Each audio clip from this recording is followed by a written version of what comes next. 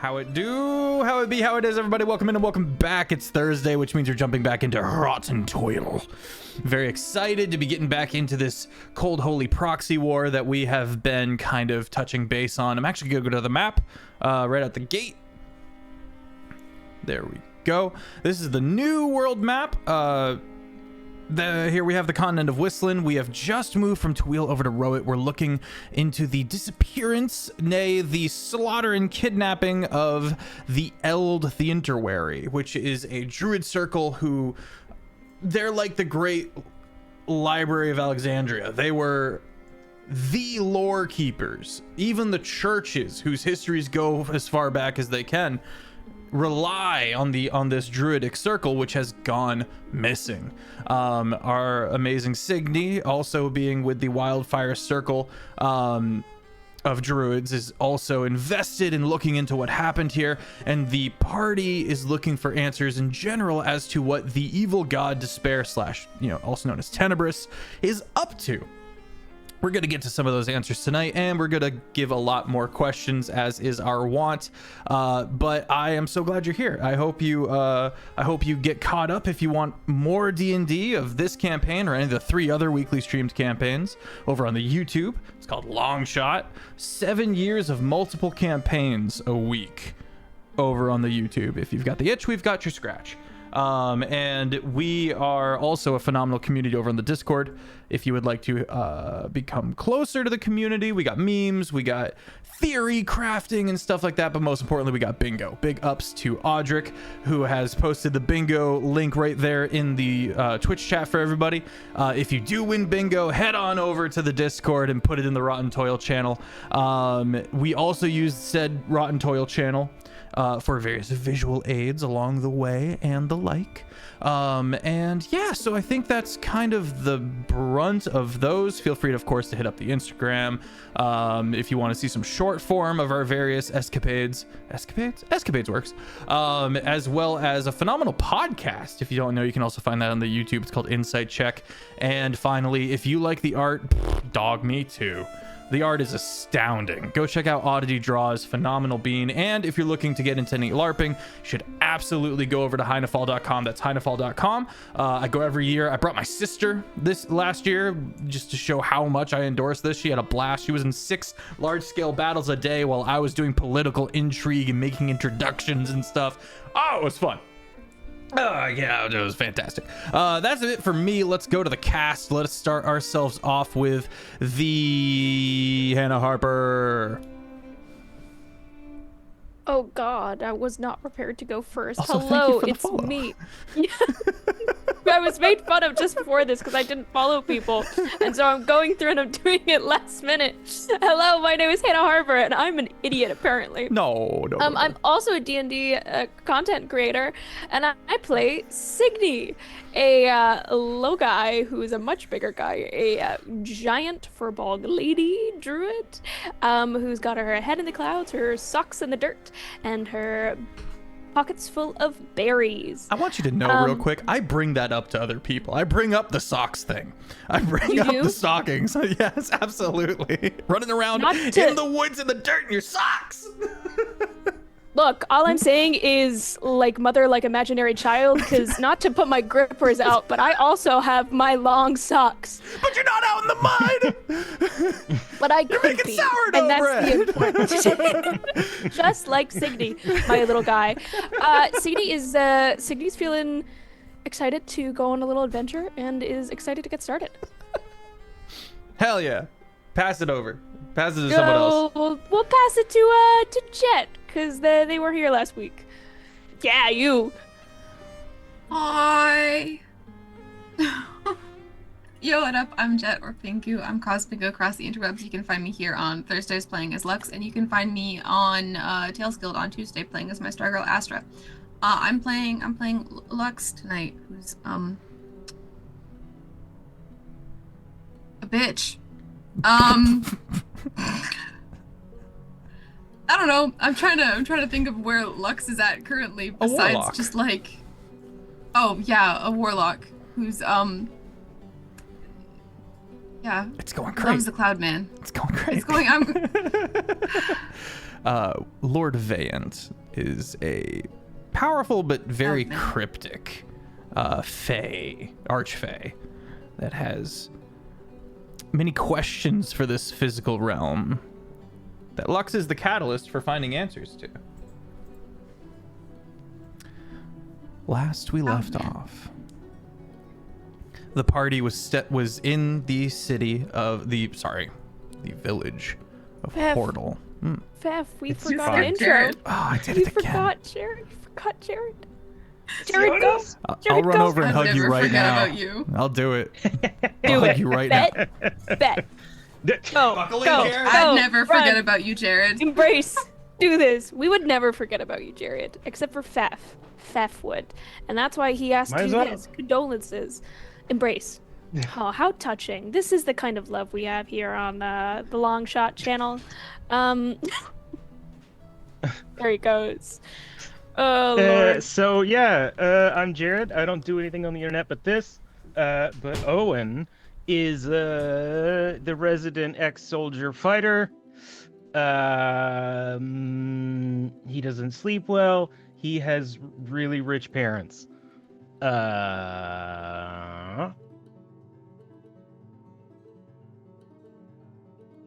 Yeah, stopped what was Sarsaparilla? No, it wasn't Sarsaparilla. Sassafras from getting cut to little pieces by Salvatore last time. This is true. Salvatore does get very excited with sharp objects. It's very just John Wick. Yeah. So, let's begin.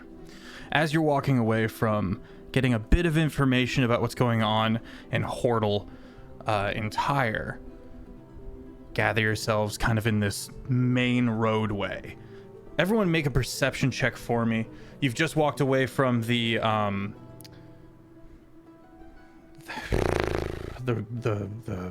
wow, barracks.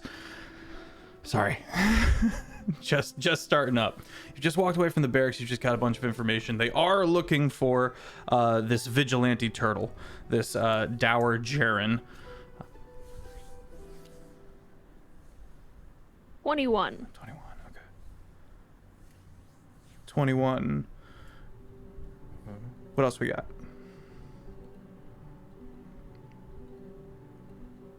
What's going on with Sorry, You're totally technical fine. issues. Oh, you're totally fine. Why is D&D Beyond not rolling correctly? I'll say with Personal vendetta. I'll say with a 21 because of your height, Cygni. You are Just looking over a tall. few low walls, backyards. You could see a good fair bit of the outer reaches of this smaller village. And you realize the stone that they just brought in from these boats, that they just purchased, boats that have been burned down by said turtle, are being used to construct a wall around the city, a defensive perimeter in these war-torn times. I rolled a 9. 9. I was totally paying attention. What are we rolling? Would you roll me a perception check, please? Ah, So they're building like a wall Defensive city? perimeter around the village. Yeah. God. Many villages have had to flee to more fortified, bigger cities. This one appears to be attempting to stand its ground.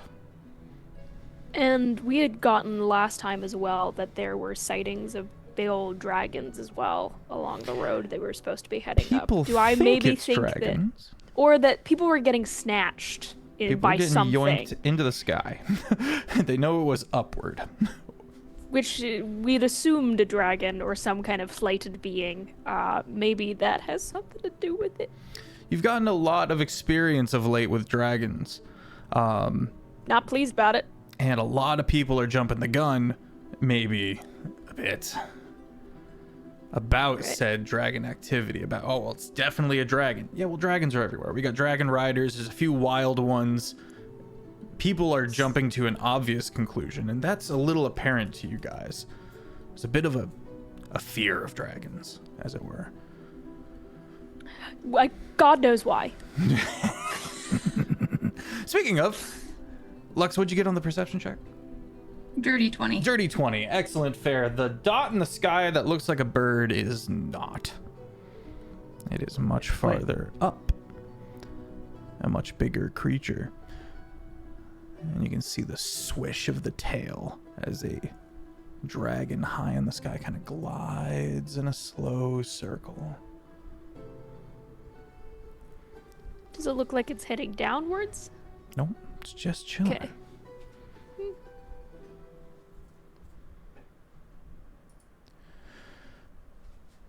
Your overall destination is almost dead south. The strange black sand that you're seeing along the shores does seem to predominantly move down the side of the continent. So you could follow the coastline by going like straight south, or you could angle yourself a little towards the middle ways of the large swath of land. Just kind of stay off the coast, but you will risk being more out in the wild. A lot of road follows either the river, which is dead west of here, or the coastline. It's a lot of rolling hills, a lot of open spaces. Hey, thank you for the raid. Appreciate you. Welcome in. What's our flora looking like on this path? It is like straight plain and shoreline. You get a lot of hills, couple somewhere. of forests here and there. I'll take us to the map real quick. Boop. And switch the music. There we go. We needs head along the southern Why the music changed? continental line.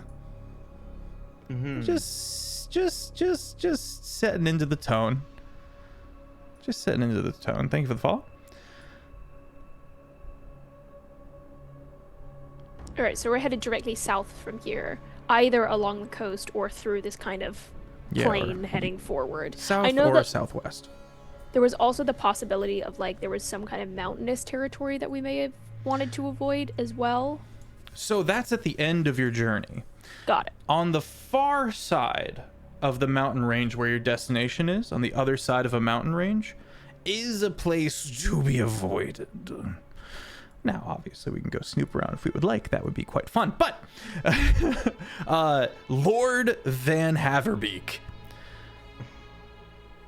a two-wheel noble turned traitor when Rowett invaded, scoured this land. Lord Haverbeek was given a city-state of his very own, with, of course, fealty to Rowett. But he's set up real nice, and he's right on the other side of that mountain range. Known for his cruelty. People don't live there if they can help it. Mostly the people who live there are the staff of the estates. Which paints a pretty intense picture. On the far side, on your side, you have some kind of destination. You know that the Eld is somewhere, the Druidic Circle's like home is stationed somewhere within your side of said mountains. I think it's safe to say we have a map in game. I don't know if we've ever like specifically picked up a map. Okay. I say that. I feel like we actually did. I think Haverish gave you the map. Salvatore he pulled out. definitely has a map. 100% has a map. Makes Cygni can't read and definitely only goes by left at the large rock that is slightly colored like that one seashell I saw that one time. Absolutely. So she doesn't have a map. But they probably have one. Excellent, fair. Yeah, so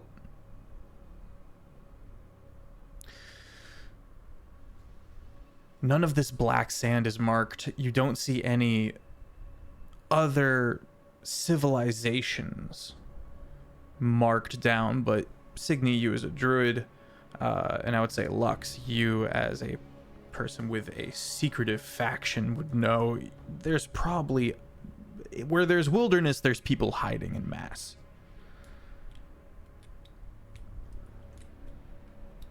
But there's also the danger of the war.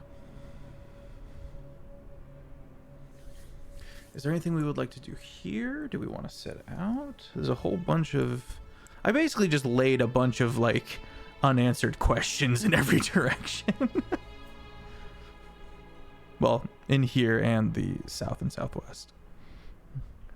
I think Cygni is probably very interested in moving south as quickly as possible to head towards where she thinks the Eld are. That is her personal mission, so if anyone has something else they would like to do in the city, she'll lag behind. But I think she's pretty keen to get on the road. I know that she probably doesn't want to go by the coast. She's not a sand girly. I think it gets in between her hooves. I think she prefers more of like a plain because she can hide in between trees rather than anything else. Yeah. I mean, I think the mystery of the remaining boat and what was on it and what it was shipping is probably of some interest to Owen, but mostly the urgency of the druids is enough to move on. Okay.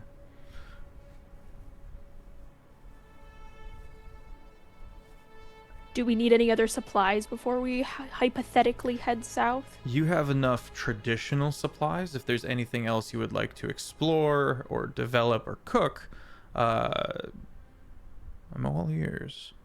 We'll see what Hortle can do.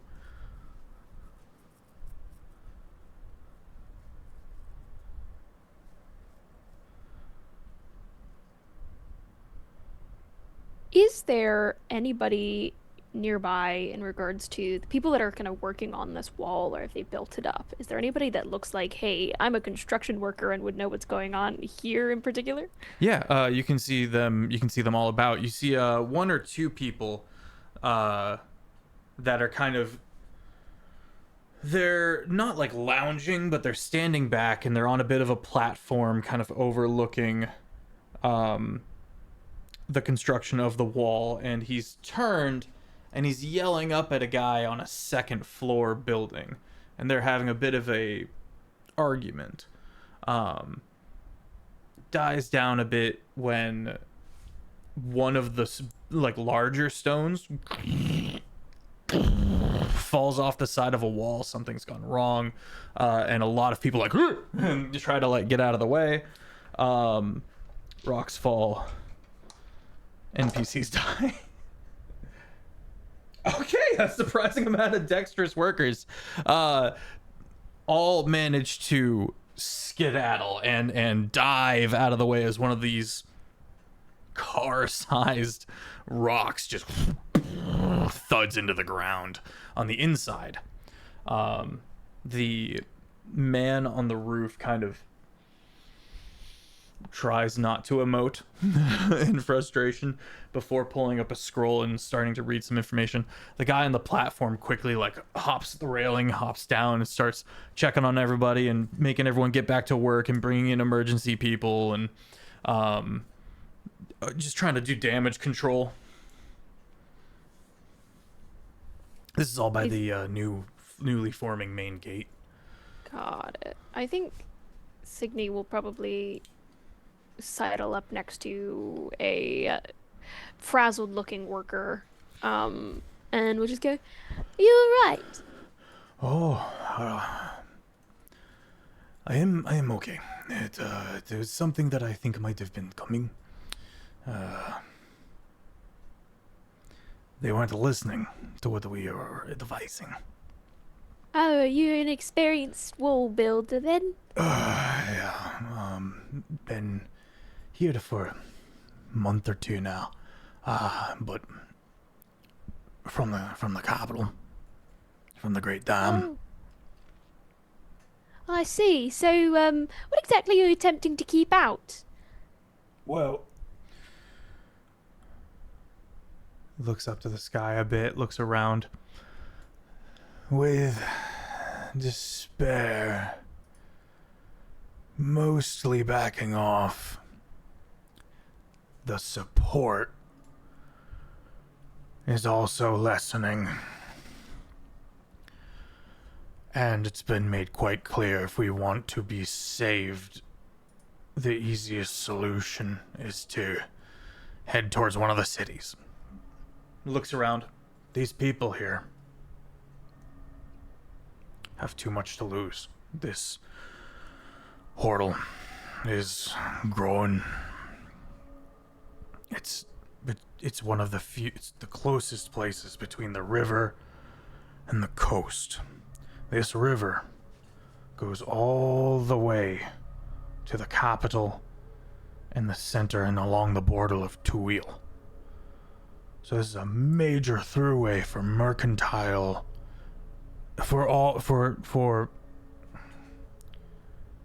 the Rowit community and agriculture and trade as a whole. This, in 20, 30 years, will be able to stand alongside with the capital. So they don't want to abandon it. Which means we're still having little things here. We think from Tenebris, from despair. He almost like hesitates to say it. Say despair. Tenebris seems to be okay. The name of the older name of the fell god. But despair, which is kind of the modernized, like churchified name, is you can see is slipping into superstition. Like in a world where the Celestials are real and magic is happening, it's starting to float down through the mythos of terror. And now you see people, when they hear like despair specifically, you see, you know, our equivalent of knocking on wood. You see one guy, he like takes a knuckle, either any of the knuckles, and just hits, like taps the skull 3 times on the forehead, looking around nervously, dabs his forehead again, keeps looking around a bit. And I can't blame them, but it might get them all killed. So, Wall. Nods. Well, it's very nice. Good stone. Best of luck not getting crushed, and we'll scuttle back to her friends. Sorry. Cop. No, the scuttle's probably right.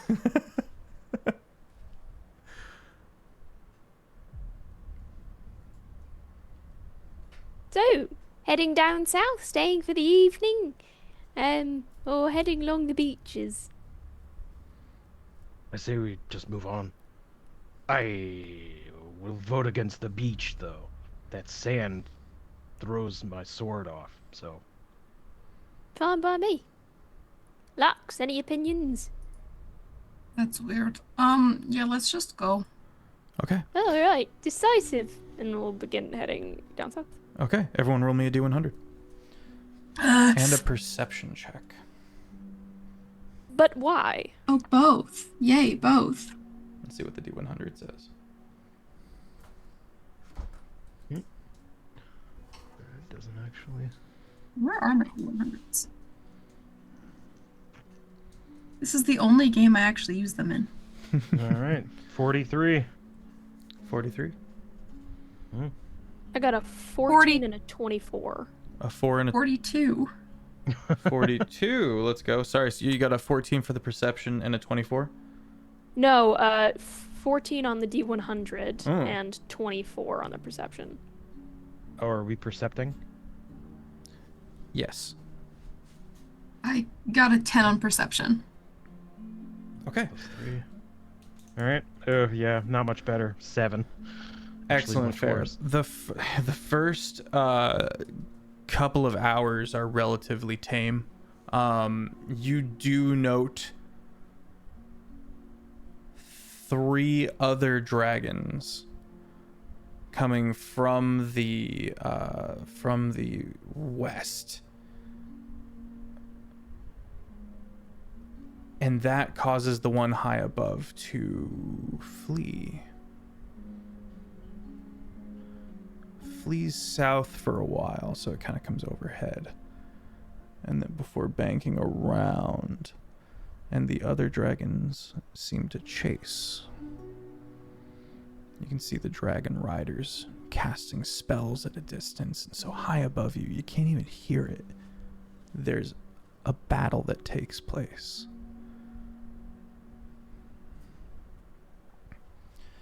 Hilly regions. You can see the coast from a distance now. If you were to travel to it, it'd probably take you maybe an hour or so. Cherry blossoms are something that is pretty prominent in southern Whistland, where Rowett and Toil are. And so you see a nice kind of deep green verdant biome pocketed by these pink puffs of cherry blossoms. But along the coast, on your right, you see red, the exact same trees, but blood bright red.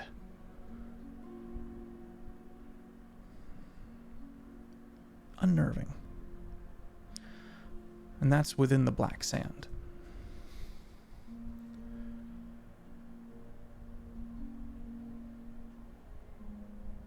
Bit of time passes, and the battle abates, the bigger one kind of getting away. Two give chase, one heads south. So you're not too surprised when you come over a hill and can see maybe 100 yards sitting on the next hill, getting shade under these cherry trees, is a dragon rider and his draconic steed.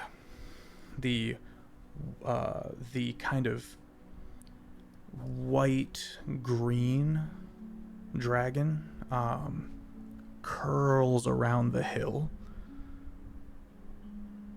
And at the top of the hill, off to the side a little bit, is the cherry tree, and the knight has his helmet off, and he's just leaning on it. He's got that far off look, and you can see that he takes out like a health potion and drinks it, checks the skies.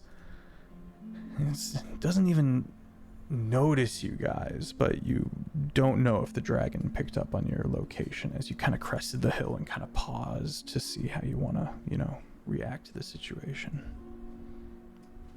Can I see their uniform from here? Oh yeah, it is a Rowett soldier. It is a Rowett dragon rider. I feel like Cygni might just cast Pass Without a Trace on everyone, just to give them the option to sneak by should they wish. Absolutely. I don't like dragons. You do a gentle, like you put one like hoof gently out and do a small circle, and it kind of, you see this magic kind of wave around the group, and it slowly dampens the sound that you make. You don't hear the click of teeth or the rustle or the clop, if you will. Yeah. Should we sneak by or say hello?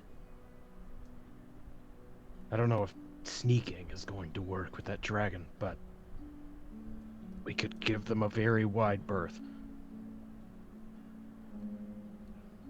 I think Cygni is just, as they're kind of walking and kind of scooting around, I don't think her gaze ever quite leaves the dragon. I think as they move around, she's kind of tracking it on either end, a little bit like a gimbal, as they begin to kind of walk forward. I have no problem making ourselves known if it means that we don't have to spend as much time here.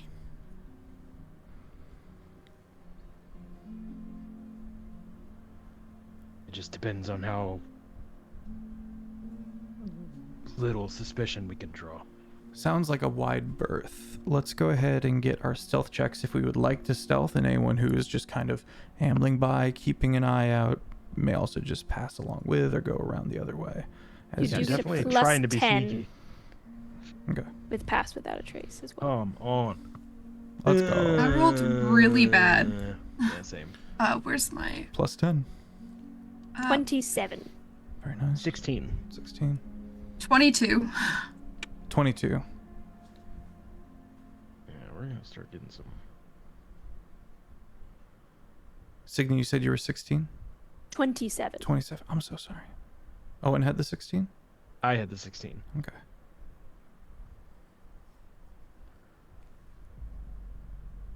You do hear the dragon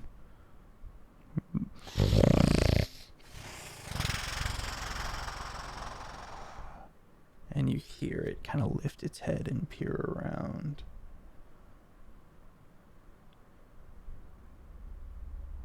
And then the rider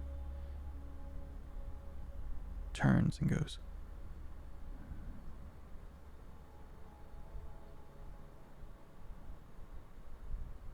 "Calm yourself, Hagen.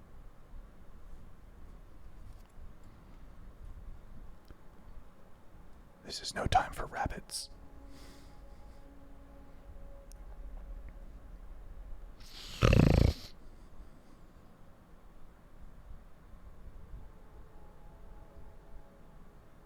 And he's gonna make a perception check.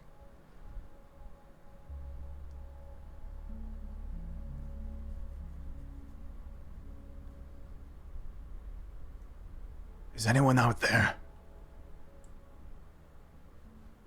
Kind of.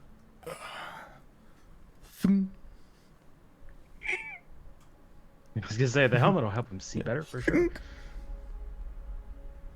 And he kind of walks in the direction that you guys were in. You see, he kind of looks over one of the hills.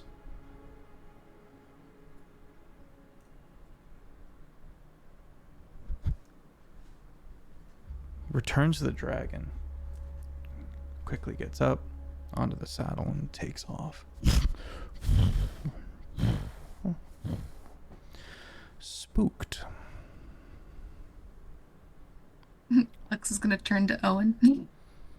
Your fancy noble shampoos almost got us caught.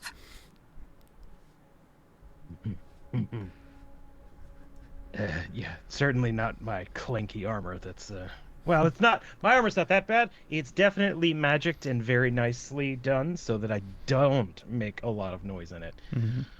But Yeah, we are you- trying to stealth on the hillside. Anyway. Well, Yeah. Cygni turns to you as you make this comment towards her and he says, "Yeah, you guys really need to work on your stealth," as she walks by jingling from all of the different things that she has. Clearly drawing the most attention. absolutely. Hilly region belies moving in between the hills to try to stealth and stuff like that, and kind of try to angle yourself as best you can, but not always fully succeeding, giving the the lack of pattern from within the hills. We continue onward.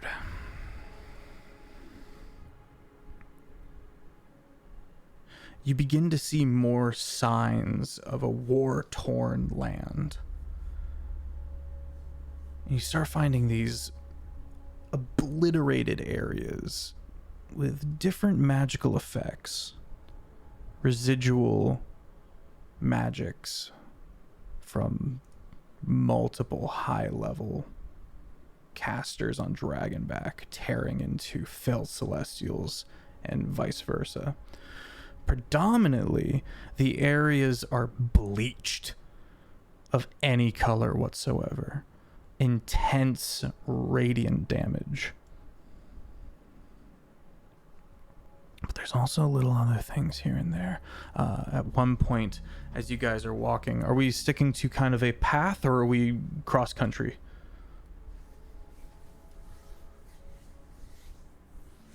Cygni would probably lean more cross country just because that's what she's comfortable with, but if people would like to stick to a path, she's also fine doing so.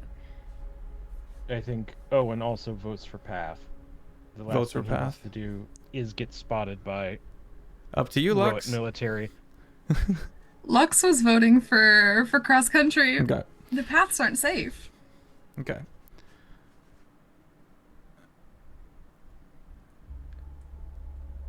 The grass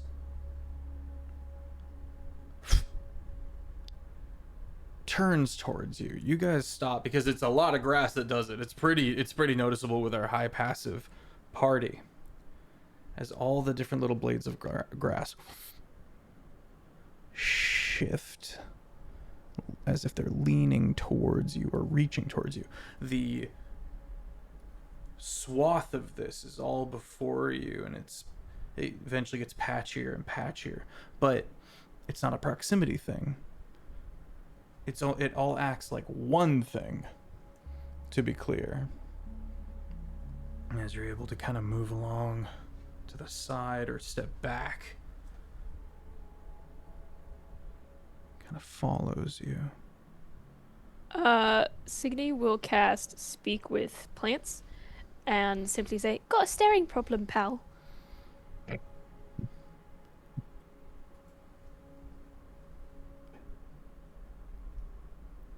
I'm not your pal.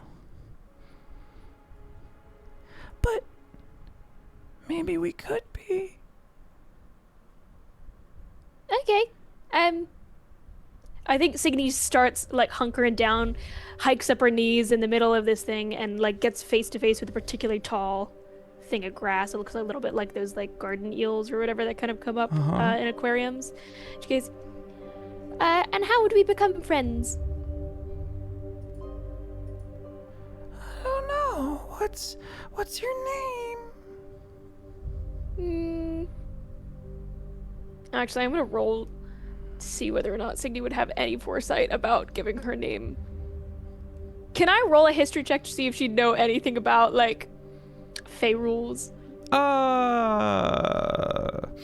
think Fey lore is pretty prevalent throughout the society of Whistling. Yeah, but she's, been in the woods.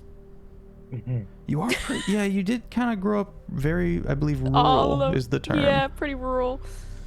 We did also very recently claim a pretty crazy alias just a couple hours ago.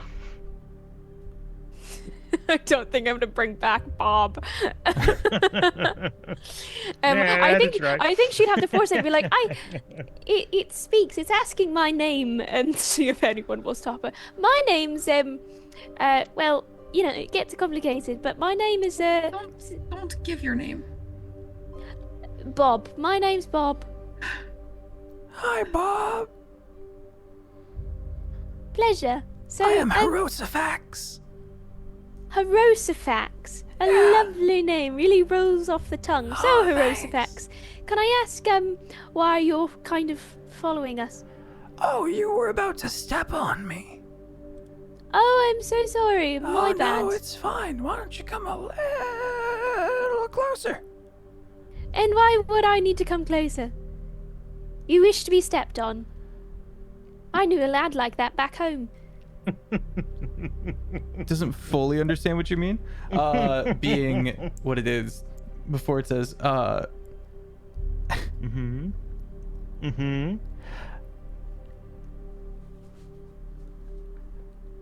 them clips ready. Perhaps I could tell you a secret. Oh yes, I'm very good at keeping secrets. They would know. They know all of mine.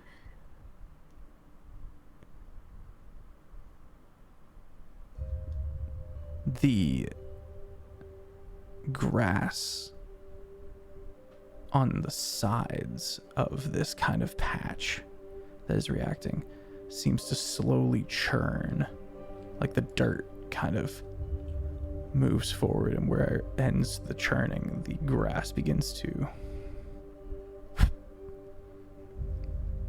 turn. Is there like a visible edge to this? Is it like how much surface area is animated? We're gonna say about 10 feet by 10 feet, and it's growing as this conversation continues. It's spreading.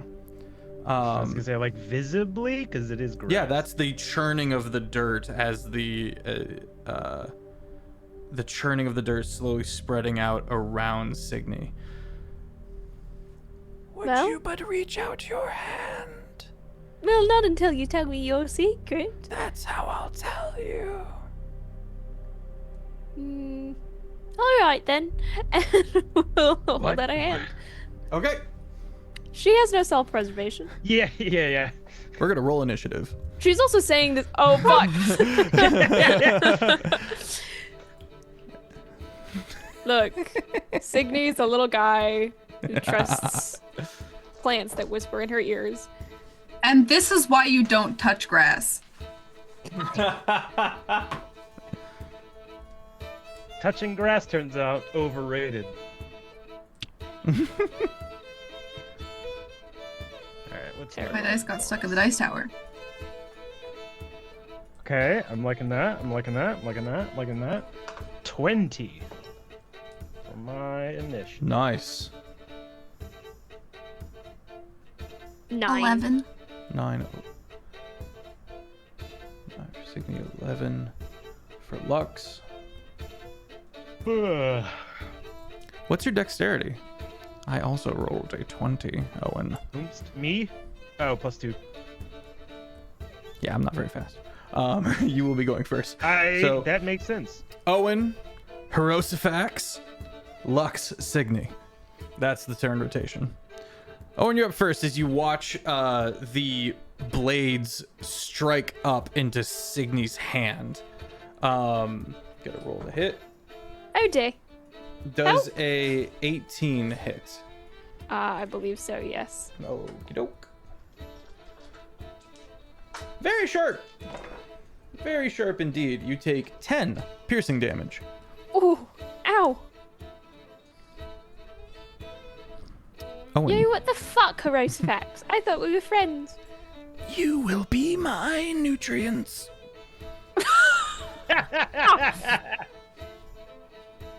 Gotta turn you into dirt.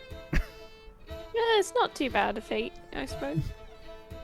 Well, Be fine. I'm just gonna draw sword and swing twice. I like We're it. 2 swings, aren't we? Yeah, I'm pretty sure 2 and not 3 swings. Alright, we got bonus +9. Okay. I don't have an extended crit, do I? Yeah, probably not.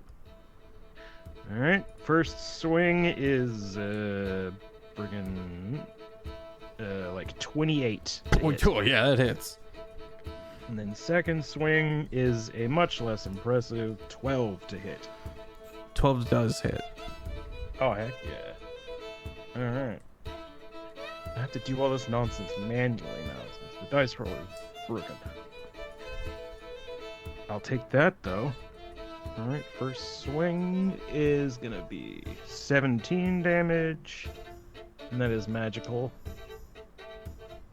And then second is going to be 15 damage. Okay.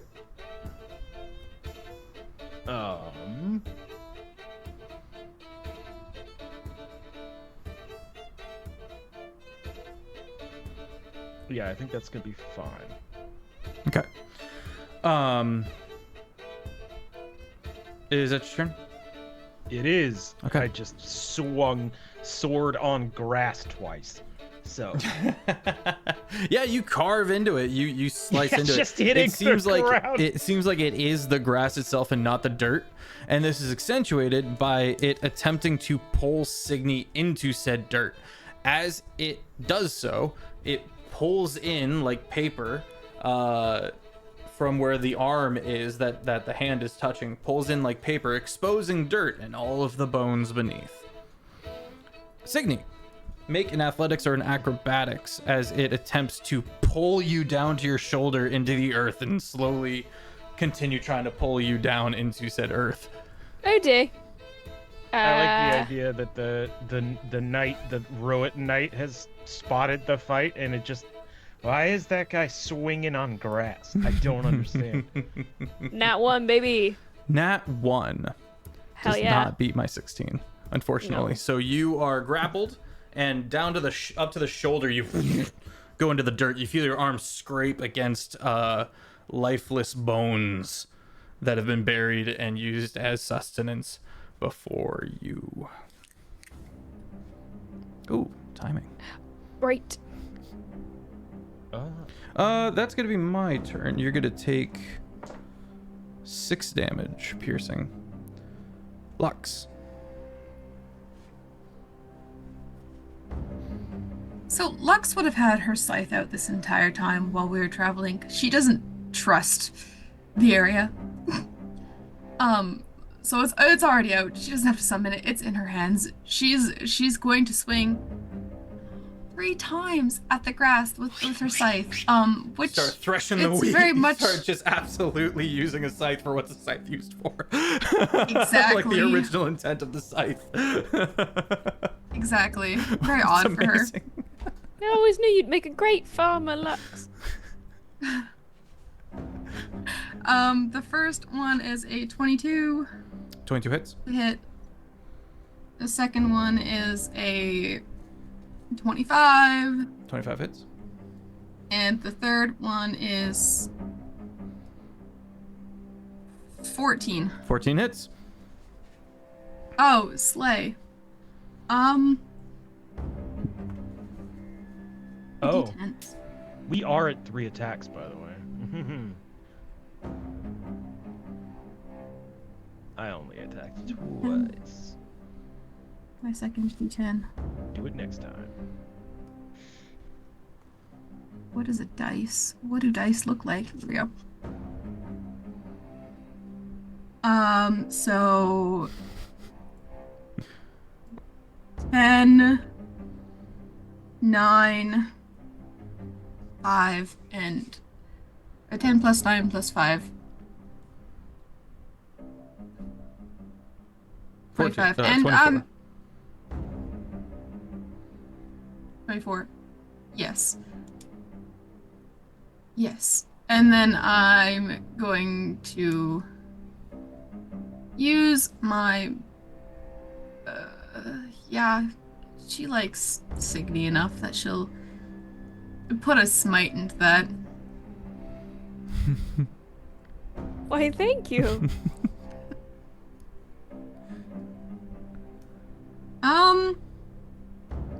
Yeah. So it's a staggering smite. So I need a wisdom saving throw from the grass. Okay. 11. 11 fails. So it's stunned until the end of my next turn. And additionally, it takes 12 psychic damage. Okay. Okay. That's my turn. Lex went, you Cygni- touch Cygni, fuck you.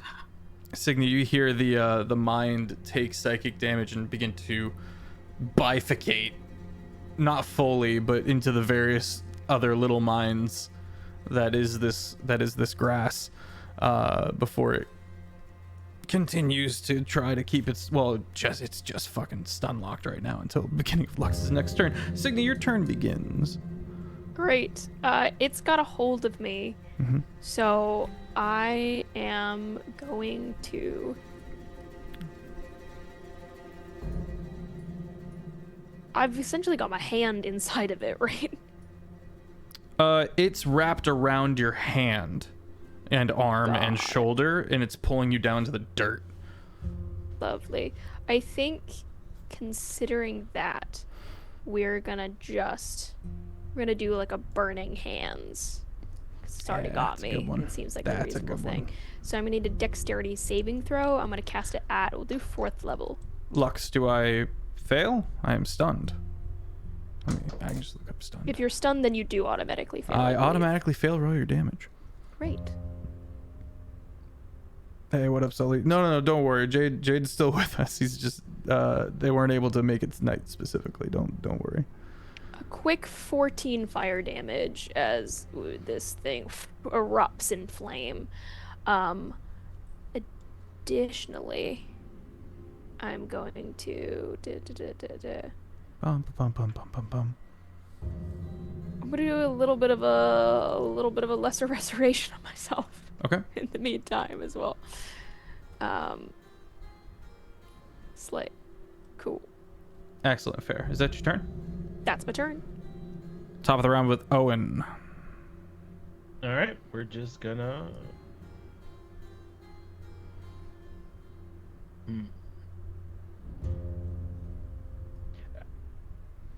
I mean, Cygni is mostly still stable. It's just arm trapped.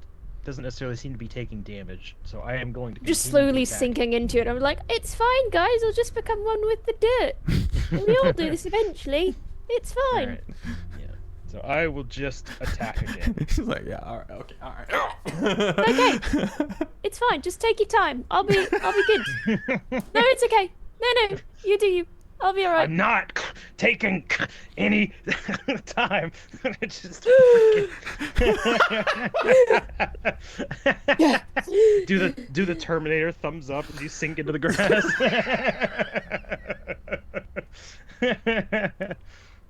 All right. Good. Swing 1 is 18 to hit.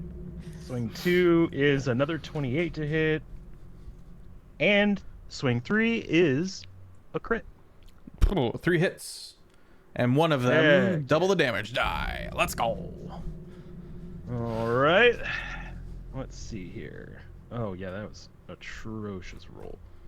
2, 4, 6, 7. So 17 for the first 2 hits.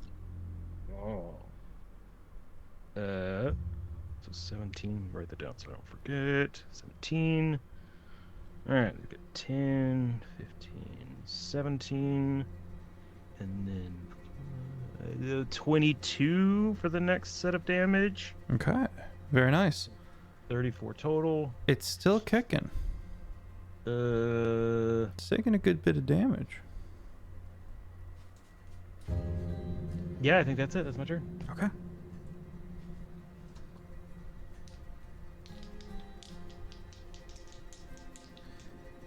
Go ahead and make an acrobatics or a athletics check, Cygni, as it tries to pull you down deeper. You have to beat Oh, I'm just a rolling 10. terribly. Yeah, beat a 10. terrible. I rolled a 4 on the die plus 3. Whoa, 6 plus 4 for a 10 Not on much my better than my end. nat 1. Not doing Hang well, on. guys. Yikes. Well, Hang on. I might do something. I'm just sinking. Just like these ropes of grass slowly moving up and around my neck. I'm only ahead right now. actually, if I may, I'm sorry. No, go for contradict it. It's got you down to the shoulder, so you're actually going like the Oh, rest of your head in oh, dear and Lord. and into the other shoulder.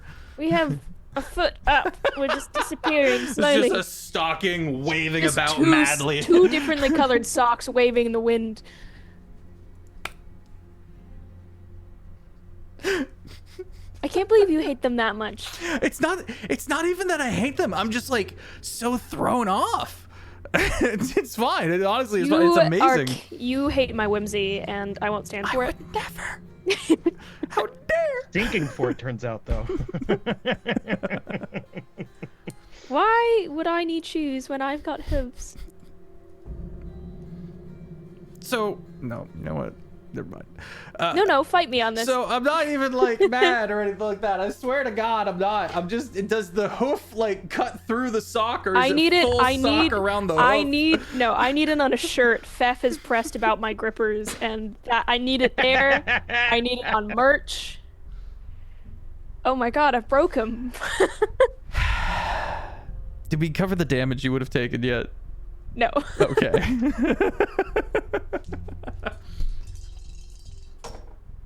Excellent, fair. You take, well, for me, 9 piercing damage. Can no longer breathe or see. Oh. And you come to the unfortunate knowledge and learning that there is another person down here, still fleshy and not moving. Excuse me? It's been bones, but now you're deeper, and they got somebody prior, and they're down here dead. Oh. Or at least unconscious. Depends on how long Gummy. it takes you to suffocate.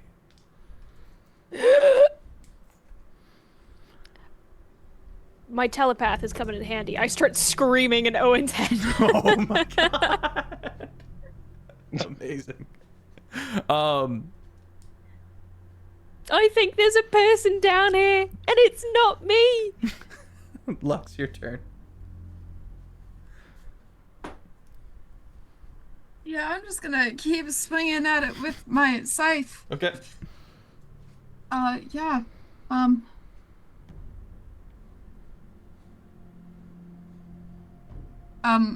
I can count.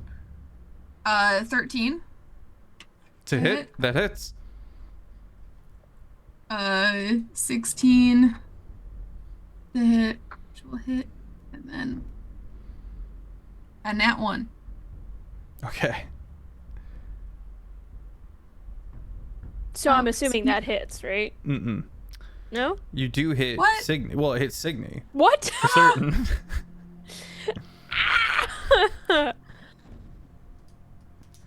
Hold still. The grass, Lux! The grass, not me! I detonated Jared's gun in his hand once on a crit fail. Please don't shoot me in the ass. It's one of my best features. I'm gonna go out and I want it intact. Something to be. I need this view to be what you remember me by. So I take it. I roll damage for hitting Cygni as well. Oh, excellent. Right. So 25 for the grass, Okay. and then a 6 for Cygni. Excellent. The person who coined the term "henanigans" in chat. That's amazing. That's great. That's Add it to I'm bingo. pinning it. That's good. Okay. Is that your turn? Lux. Yes. Excellent, fair. Cygni. God, Vex. Oh dear. Right. So I can't breathe and I can't see. Correct. Right. I'm gonna summon Calcifer in the belly of this thing. Because I'm not gonna take the 5 damage. Calcifer will be fine because he's, non-corporeal and doesn't need to breathe. This sets an interesting precedent. Summoning Calcifer underground and inside things. Well, I'm assuming if I can sink into it, it must be enough space that something can be within it, Tell me if no, that's fine. And I'll, summon him out of my toes and it'll I be take like an on top honest of this think thing. on stuff. I look at it from all the I angles. mean, it's Summon him out of my It's- ass. No. we've I mean, if you established need that to. large size, at least as far as like 10 foot. Yeah. I But would it say you depends can on summon how it. big is its stomach. I would Yeah. say you can summon it on the ground, above or around. Yeah, that's fine. the I'll summon him creature. out of my toes. Excellent, fair. So Calcifer is standing basically atop me. Because Yeah, I won't Calcifer burn, but it will. Looms into existence. Lovely. I need it to make a dexterity saving throw. 17. That does make it. So that's fine. So Calcifer is summoned and standing atop it, and now it's going to take a attack.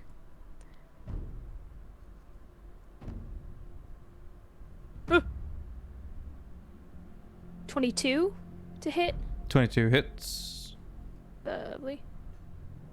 I need it to. Oh no, I've already done that.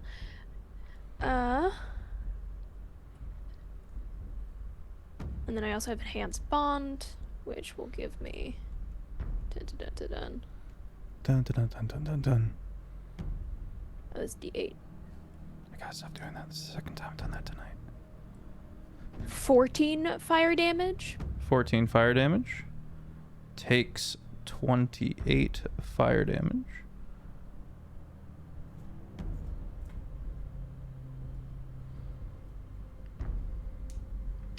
I also think. Does this. No, it has to be recently dead. That's fine. That's me. Okay.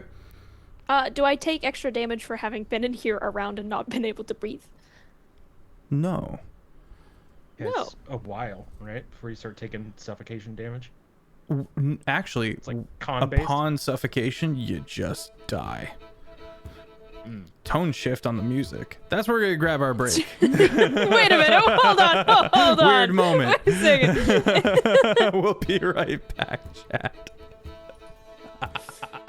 And we're back. Wrapping up my interesting suffocation mechanic, we looked it up. Cygni, if you could make me a constant, a con save. The DC is 10 because of the 6 damage that came from the crit fail. There's been a certain amount of expectation of what you're getting into here as far as damage, but the crit fail, as naturally being a crit fail, was a very surprising attack from an ally. Yeah, it's only 7. Oh. Yeah. So you lose the breath you were holding, of which you had minutes of. Mm-hmm. And now have as many rounds as you have bonuses to your con modifier before you just suffocate. 2. 2, and I'm dead. 2 and you're done. Well, you just pass out. No, I'm dead. No, it specifies you die. You just die? You die. You get minutes, then rounds, then death. It works the same way That's with weird. the drowning mechanic. Sure. Which also seems weird. I mean, you could be resuscitated after anyways, it doesn't matter. Ooh, this would be a good insight check episode. Anyway, we'll I'm writing that down. We'll run back around to it and see if we can cook up a homebrew, because you're right. It's at best convoluted. So you have 2 rounds now, Cygni, as I believe your turn begins, as Lux finishes theirs. Mm-hmm. Right. So, not ideal. Not good. I am going to... You're gonna be dirt. I'm going to do my best. I'm going to light this motherfucker up because I can't breathe. And I don't like it. We're gonna do another Burning Hands to start. So I need a dexterity saving throw from it. We're gonna do 5th level.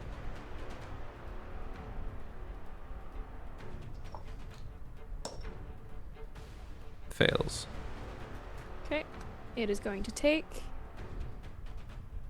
an initial 20 points of fire damage, and then because I have Calcifer there as well, it takes another 3 for a total of 23 fire damage. So up to 46 fire damage. Yep. And then I am going to use fiery teleportation, which is something that Calcifer can do. My spirit can take each creature within 5 feet of it and teleport it 15 feet into an unoccupied space. I would like Calcifer to take me 15 feet away from here, please and thank you.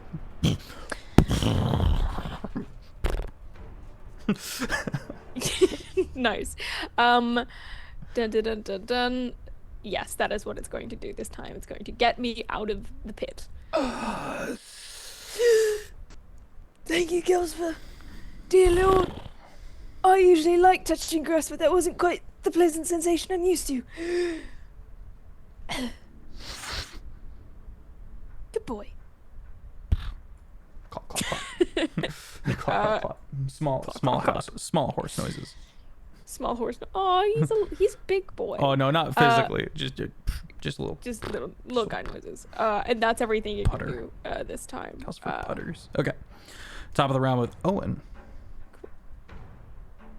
All right, you could see Owen was about to like drop his sword and like dive in, but then the teleportation happened.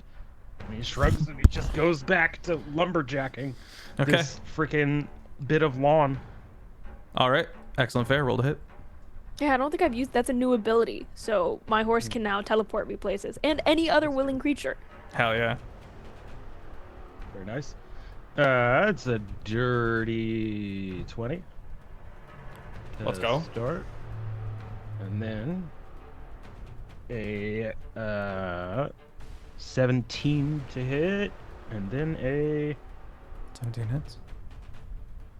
13 to hit, which I think a 12 hit earlier. Yes, so a it's 3 13 hits. hits. Yeah.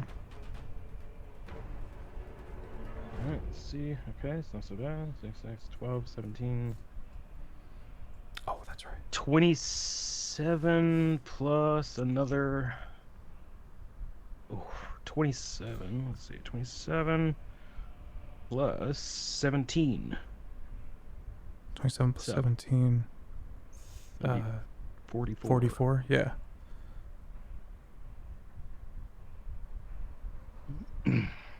Still kicking. This thing's a tank.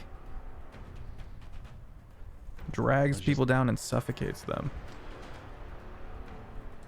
Moving anywhere, or is that your turn?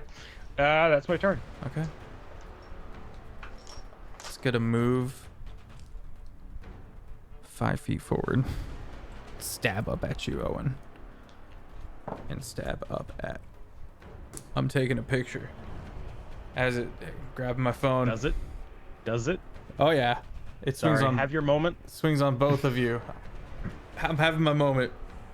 Taking my double nat 20 picture because I've earned it. Oh. Crits on the both of yous. Any response? Well,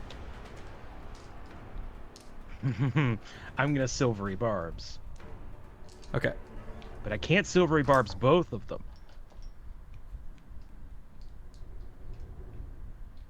So I silvery barbs for Lux. Okay.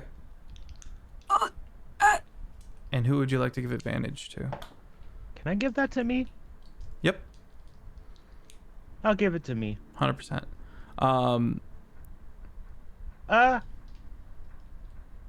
Actually, I'll give it to Lux. Okay. Lux does a 14 hit? no. No? All right. Then just Owen needs a athletics or an acrobatics, as it now tries to pull you down into the dirt. Yeah, it's definitely gonna be an athletics. And enjoy this damage. Ugh. I'm guessing a 12 won't do. I haven't rolled yet, but you take 22 piercing damage. 22 damage. Oop. All right. What'd you get? I rolled an 11. I think I said 13. Hang on, let me Just beats my athletics. 12, actually. Just barely beats my 11. Yeah, I mean, I was about to do fighter shenanigans to get out of it anyway. Nice. So, okay, yeah. Unless so, it was really high. Without even really being incredibly worried, you reach down and just pull your leg out from its grip and kind of step back the one kind of step and prepare yourself. That's my turn. Over to Lux. I'm going to keep swinging at this thing. So this first, with all three of them. So this first one's at advantage. Thank you, Owen. Oh, No way. I rolled a double nat 1. I could take a picture of this. I'm clipping this. One and then the Take a other. picture, yeah. What? Oh, put it in the what? So How? I literally can't. I am posting it, my D20s in the Rotten Toil channel in the current campaigns on the Discord for anybody interested. In the extreme unlikelihood of that happening nearly consecutively. Ha! Okay. Anyways, so the double nat 1, so I have to figure, oh, I'm hitting Owen after he just helped. I don't know. Well, maybe. Maybe not. Okay, 21. I mean, it is 2 nat And- ones. I think it does have to happen. What? 21 and a 23.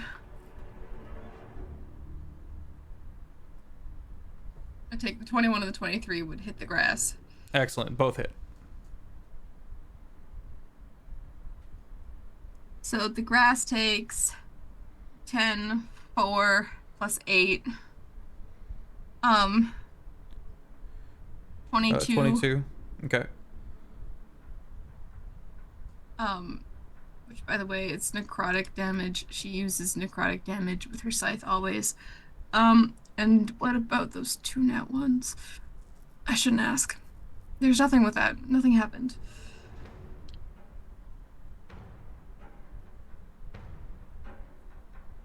Yeah, hit Owen. It's right there. Well, I rolled minimum damage, You- so he takes 5. Nice. Yeah, you go for that additional Necrotic. swing, and it kind of like the length of the scythe itself comes up and around after the swing that you miss. And Owen, you're just pulling your leg out of the grass when from behind and around the scythe just pricks you right behind the ear, right under it, and just slices a little bit into your jaw, just a little bit, and just sudden danger from behind on that crit fail from Lux's part as the scythe makes a full moon circle. We've been playing for like an hour and a half, and I've rolled 3 nat ones. Yeah, it's tough. Owen is, if I can RP a smidge here, going to look and see what is going on there. Does it look like an intentional attack or an accident? It Lux. That's Well, I mean, she's been a bitch to you recently. Which is why I have to check, especially after just helping the squad like I did, like I've always done.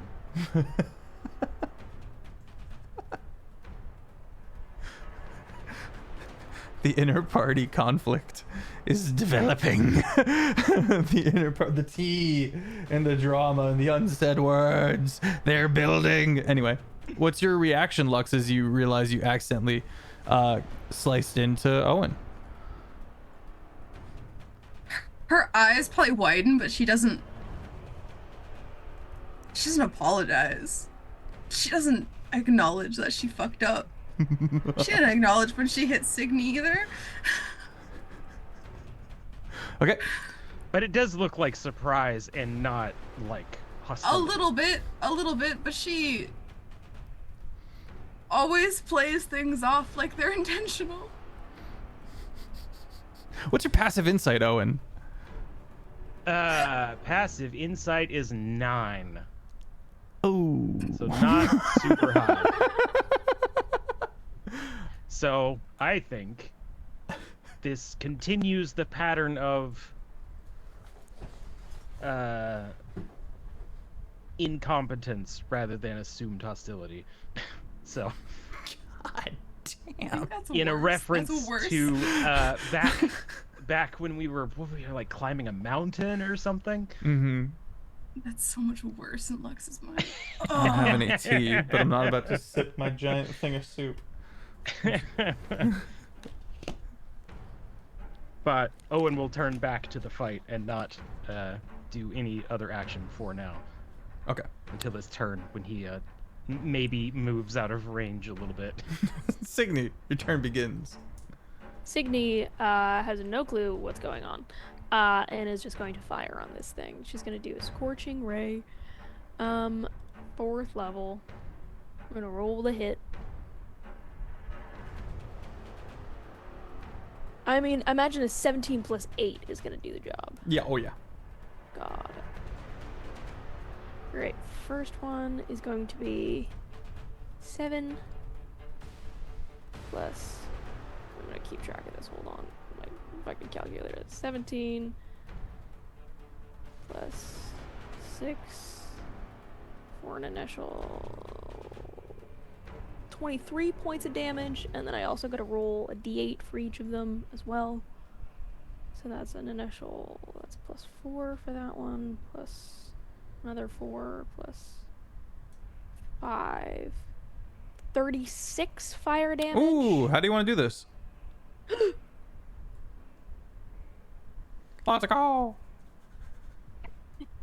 I think she raises a hand, having been teleported in this flame, seeing her friends kind of giving each other weird looks or not quite understanding, and is simply going to raise her hand to this grass and says, "If you wanted to choke me out, you had to ask me first," and is going to fire off several scorching rays. Excellent. The two of you, Lux and Owen, like have that moment where you share a look and then turn back and just fire burns it to scorched earth. Sure hope the person inside is okay. And I'm also going to use a new little thingy called Cauterizing Flames, which is when an enemy dies within 30 feet of me. A harmless spectral flame springs forth from the dead creature, flickering for a minute, and I can heal myself. Excellent. 2d10 plus my wisdom modifier. Excellent. So I'm going to do so. Cool mechanic. For 23 hit points. Okay. Nearly back up to full. Essentially absorbing its life essence. Wow. That's sick and terrifying. Reading the smoke.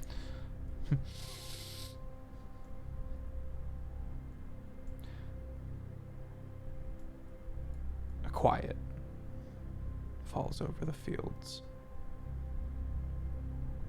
Owen takes a step away from the flailing side and is like eyeballing the surrounding grass to see if it is also moving. While he does both of those actions, he's wiping away the blood on his neck and just wiping it on a trouser or something. But not looking back. I'd love to go check out the bones. Absolutely. I don't know why I said it like that. Roll a investigation or survival check. Preferably survival. Get to digging. 18 plus 8. Okay. 26. 26. Yeah, you excavate about 6 skeletons and 1 deceased individual, recently deceased. She has this long mottled blonde hair kind of sewn into the mud and the dirt, and it you can tell she's suffocated down here. Commoner clothes, travel pack. You see a knife in one, like clutched to one hand. Is the body intact? Mm-hmm. You can see the various lacerations from the grass, but more or less intact. The creature required the body to decompose into dirt. Got it. So, hypothetically revivifiable? If it's been within 3 minutes, which is less likely, but resurrectable for certain. Yeah, a bit pricey. I don't have that. Yeah. A bit pricey. Good. Any cool loot down here? Anything that they couldn't decompose? Roll me a D100, and you find that many gold in Rowit coin. I got an 89. 89 gold total off of these 7 corpses. Score.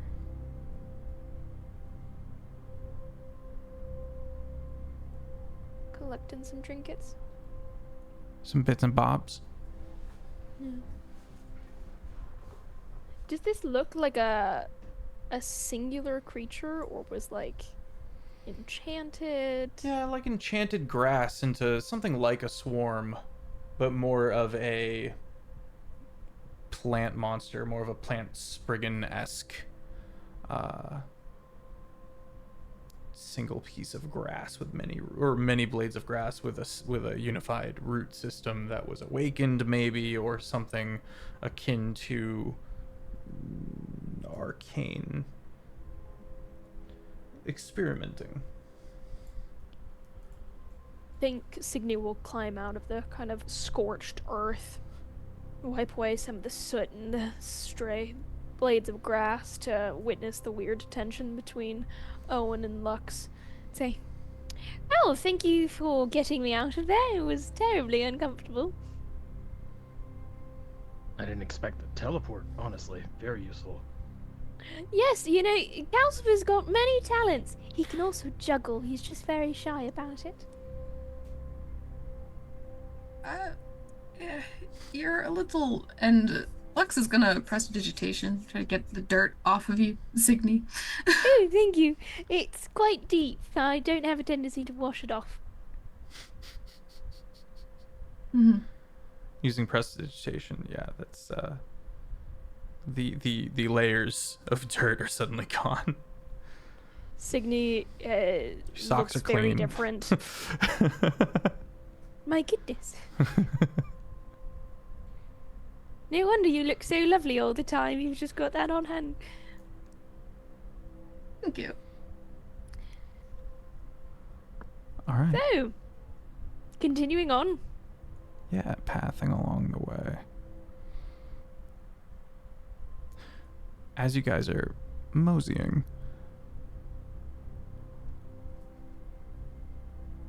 from up and along one of these hills, you can see like a stone protrusion. And as you guys continue walking and continue journeying, you notice that it's gone, and then it's back again. And after a few seconds of watching, you note that, keeping track of it, you note that it's moving. Roll perception checks. I've been so good at these tonight. Disappearing up and over and then under these hilly All right. regions. 18. I'll take that. 18's pretty good. Not using those dice I used earlier. Those are going somewhere else. Only a 12. Only a 12. 22. 22, excellent. Owen and Lux, you guys would notice the kind of wobble and gait of a walking speed. And upon further investigation, it's like a golem, like a stone golem, just plodding along. It's got this kind of wheelbarrow behind it that's kind of keeping up and trudging along with. And you can see he's got one of these red trees, one of these red cherry trees uprooted and in the wheelbarrow. The trunk and blossoms all kind of framing his big, bulky, stony head and shoulders, as just behind him is just this big puff of blood red petals and flowers, all the roots in the wheelbarrow, kind of all the dirt pouring over, and he's just trundling along with the wheelbarrow, apologies, in front of him, going up and down these hills and going in the same direction as you guys, just farther ahead, just kind of going up and down these hills. It's definitely moving a little slower than the party's speed. Does he look lost? Or is he looking like he's moving with purpose? It looks like he's moving with purpose. Hmm. Your paths cross big eventually. was if you this again? continue. You already mentioned.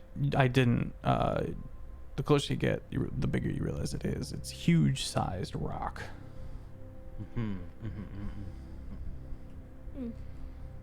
Which means the wheelbarrow is basically a wagon, but shaped like a wheelbarrow with the one He wheel. looks friendly. Hard to tell. Those stone golems. I don't trust anybody. We've already had... That much is apparent. We've already had plenty of run-in with enchanted ground here. I wonder if he belongs to someone like maybe that grass might have. It said it had a secret. It also seemed to have a name. So I wonder if maybe somebody's doing some funny business. I mean, it wouldn't surprise me if Van Haverbeek has some magical inclination. Perhaps we asked the golem then. Or a court mage. Seems odd he would track that tree cross country. As you kind of walk up and come across Cygni, you kind of lean forward, and you see a bit of alertness as the golem kind of.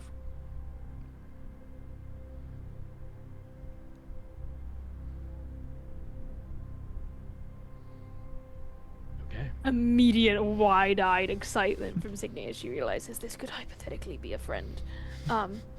It's waving. Can I? And I think she kind of looks to the both of them, who are, you know, the brains of the group. She's like, can I say hello? Please. I promise not to get absorbed again. Already seen us, so I don't see how it could hurt. Thank you. And Be it's going to careful about run telling towards it. who we are or why we're here. Your name is Bob. You as you kind of without any kind of aggression, you kind of approach quickly. The golem sees you coming and kind of puts down the wheelbarrow and kind of turns, and as you get a little closer, it does this kind of slow bow till it's about waist high, and then slowly all the way back up. Cygni does the exact same thing, like nose to dirt and all the way back up. Hello, sir. Writes How are in the you this fine day? dust along its chest. Greetings and salutations. Oh, Just real fast. Cygni can't read. Oh no, you're right. Well, Owen will have started to jog to catch up. I think she stands there After looking a at moment, these after some amount of peculiar time. symbols, and is just gonna look to Owen and says, "Do you know what that says?"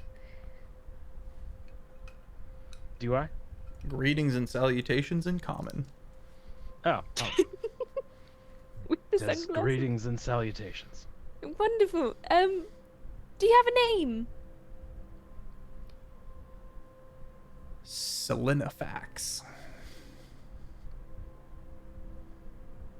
I look down. Selenifax is the name. Wow, a lovely name. Can I ask what you're doing with that tree? Kind of a Adding it to a mouthful. collection? Kind of a mouthful, I agree. The good Lord wanted this tree in particular. I'll repeat it verbatim. In particular being slanted. In particular. It's italicized. Just a little bit of sass. Is your Lord Van Haverbeek?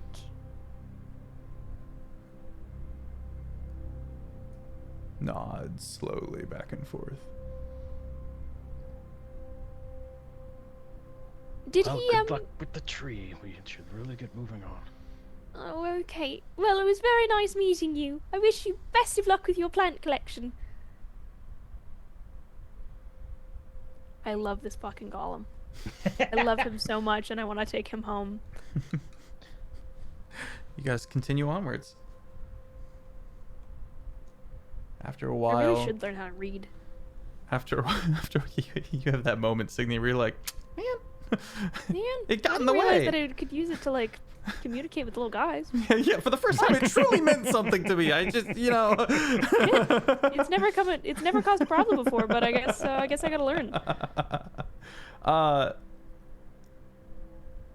As you guys continue on, it seems to watch you guys go for a bit before slowly, you know, picking back up the wheelbarrow and trudging along.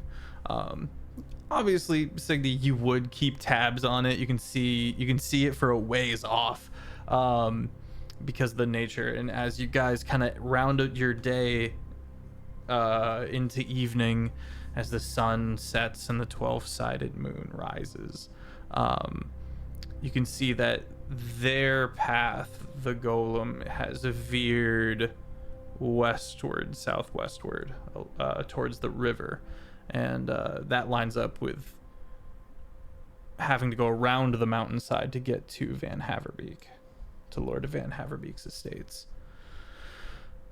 That said, we make camp for the night. Who's got first watch?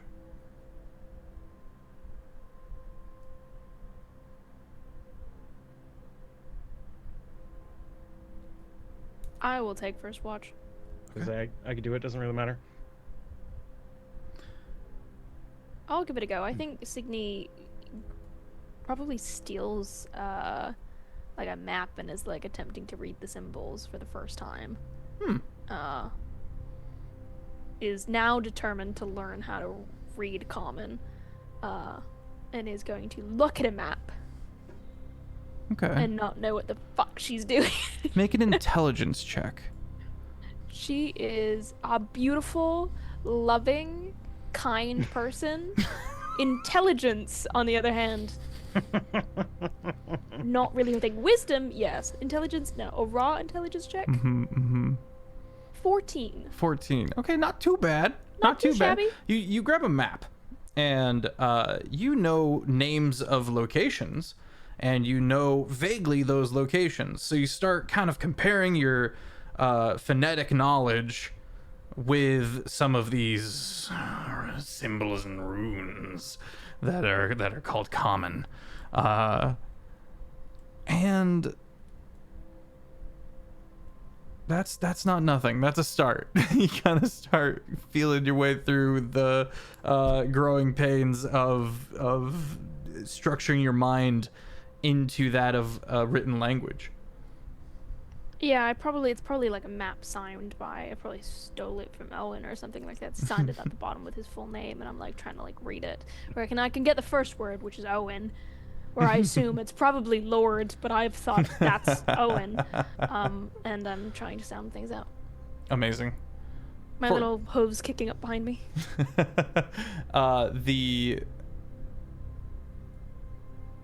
A little bit of lore, a little bit of learning doing you, but you are also making sure to kind of keep watch. And did I have you make a perception check yet?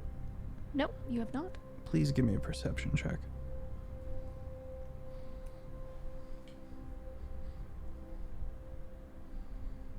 $21. 21. Dragons are not the only big creatures in the sky, and you've never. Way to start a statement. And It has nothing to do with what's about to happen. and aside from your obvious birds and the like, there are a few interesting species that you're actually introduced to because you've never been this far east. New to this realm, having migrated over across the ocean from the other continent, Cygni, you see your first sky whale.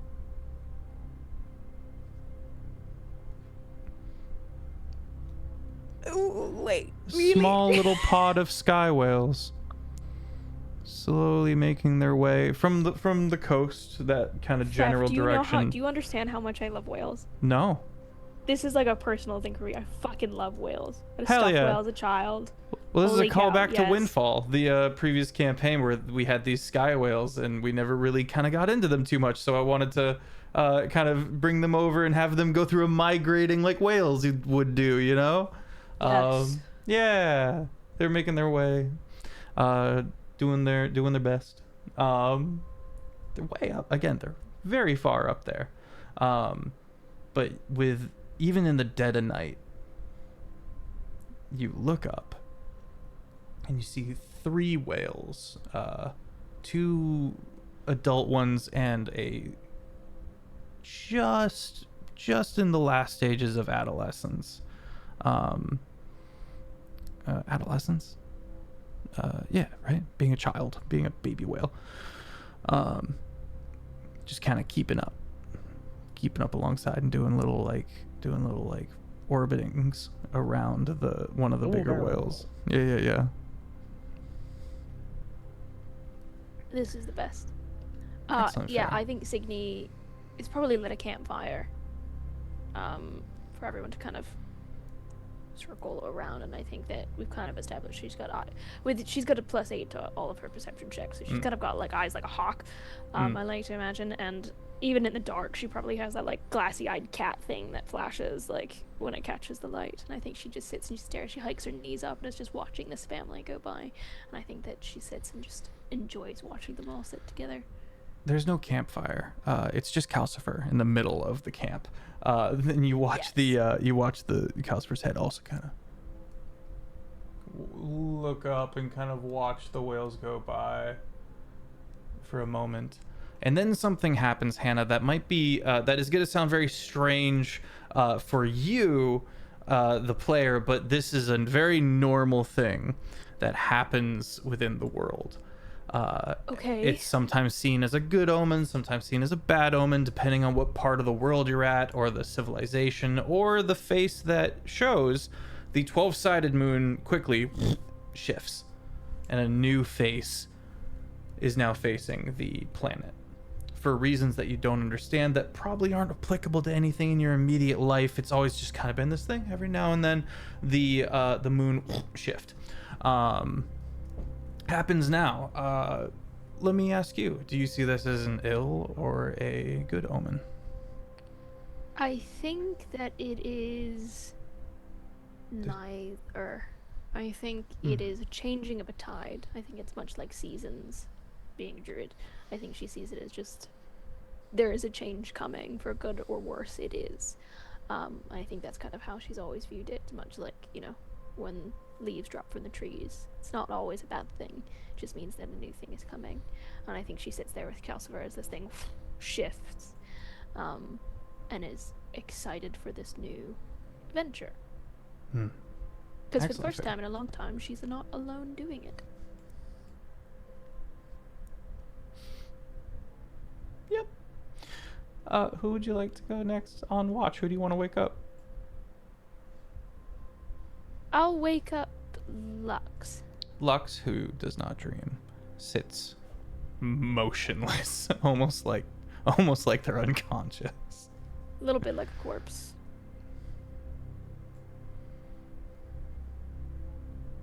Lux. Jesus. Dick. Wonder Rainbow. Girl. Hello.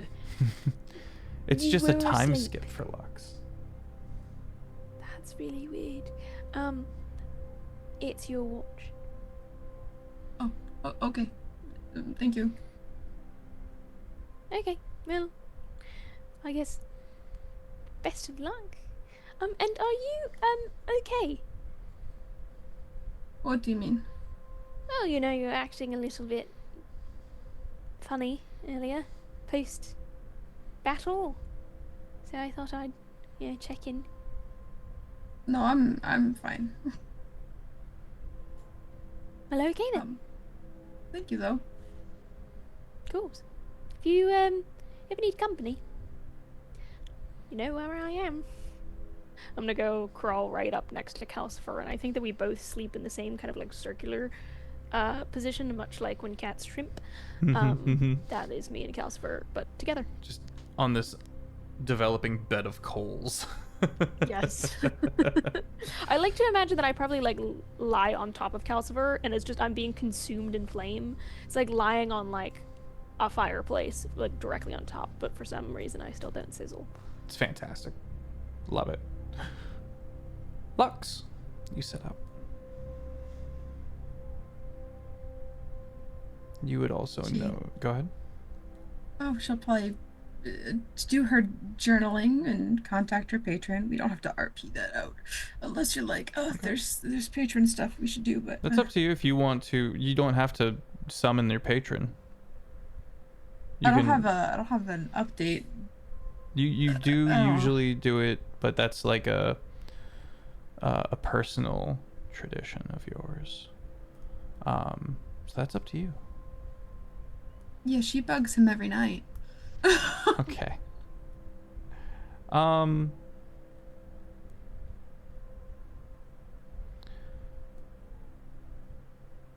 Let's say this. If you want to, for the sake of brevity, move past it, then we can say that before you went down to sleep, you kind of stepped away for a bit Or now, actually, no, that doesn't make any sense. You take a moment to step away from camp.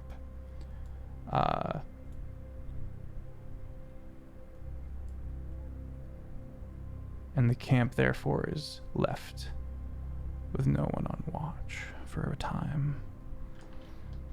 Except Except the alarm feature that you have on your Yeah. weapon. We're going to see if that comes into play. It does not. A held breath that no one knew was being held. Lux, you return to camp. Look about. Go ahead and make your perception check.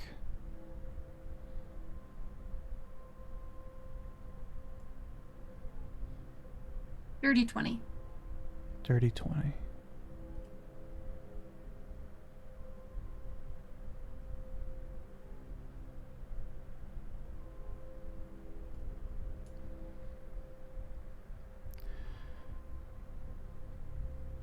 A sky ship flies overhead. Audric, if you could post the second picture in the Discord. This one stands out. It has a halo behind it. That's normal.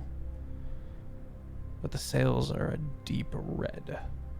And the hull is a black wood. And most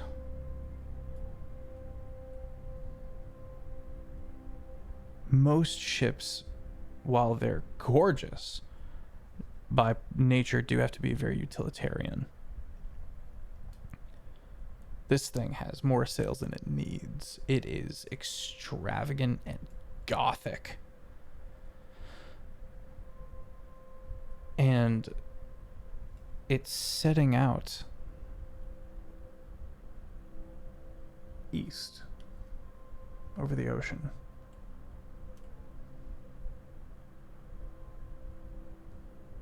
The continent of Envir is not often thought about, brought into conversation, ever since the fall of its empire, kind of falling into city-states. The first kingdom to ever truly form and forge is in the south of Envir, known as Windfall. Not much else is known about the other nations that might be forming on the continent.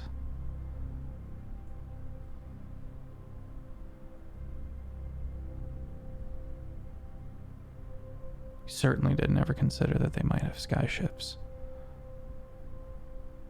But even as it kind of drifts into sight, just framing against the moon, it pivots in a specific direction. Go ahead and make a survival check for me as you orient yourself with the stars and the moon to see exactly where this ship directs itself.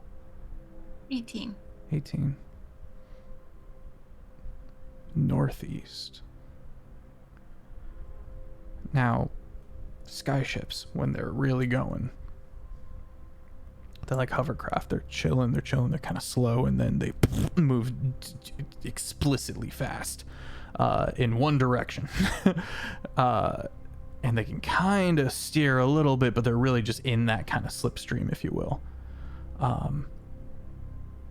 There's no reason to slow down over the ocean that you're aware of. So this ship belongs to someone of some northern faction on a kingdom you've never heard of on the continent of Envir.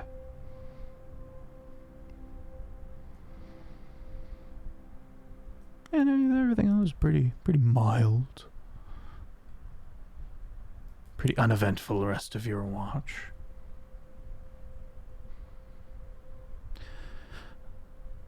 You do note at one point, when Calcifer has a dream.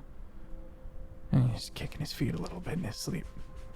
Doing a little bit of the running in place of some kind of running dream. And I'd like to think that Cygni's hooves also start just a little bit. And We're both having a singular dream of us running through a field.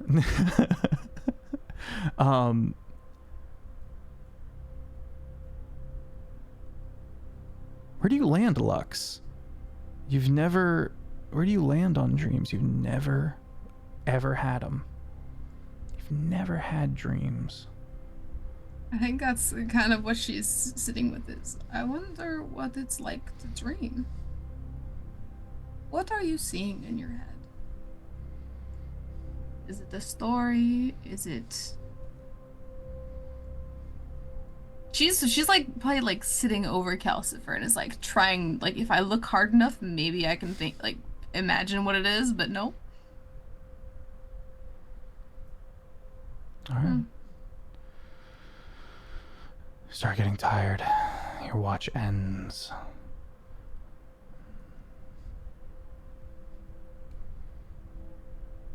Oh, she has to wake up Owen.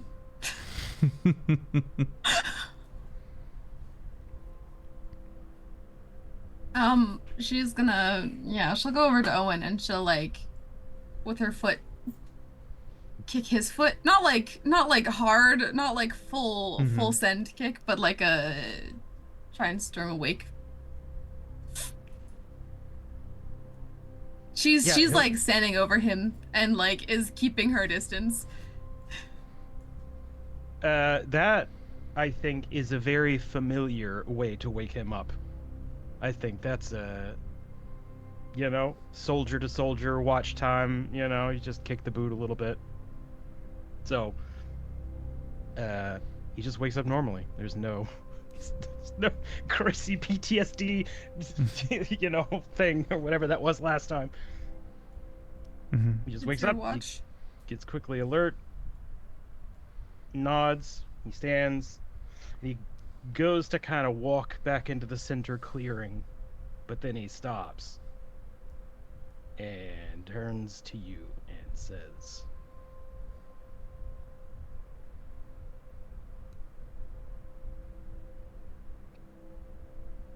make sure you stay on the balls of your feet in the follow-through.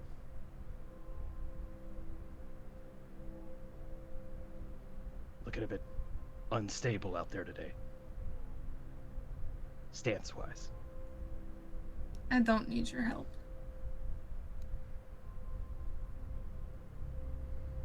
I've seen my share of,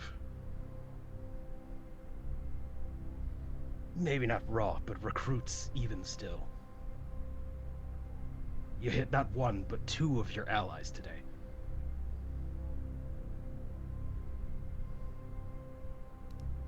But I've never fought with a scythe, but I have trained with large weapons, so you know, if you ever want to go over form a little bit.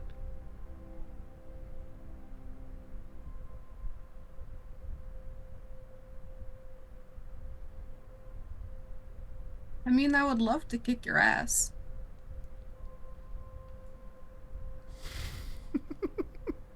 I'll be honest, that's not what I want to hear from someone who almost cut my throat today by accident.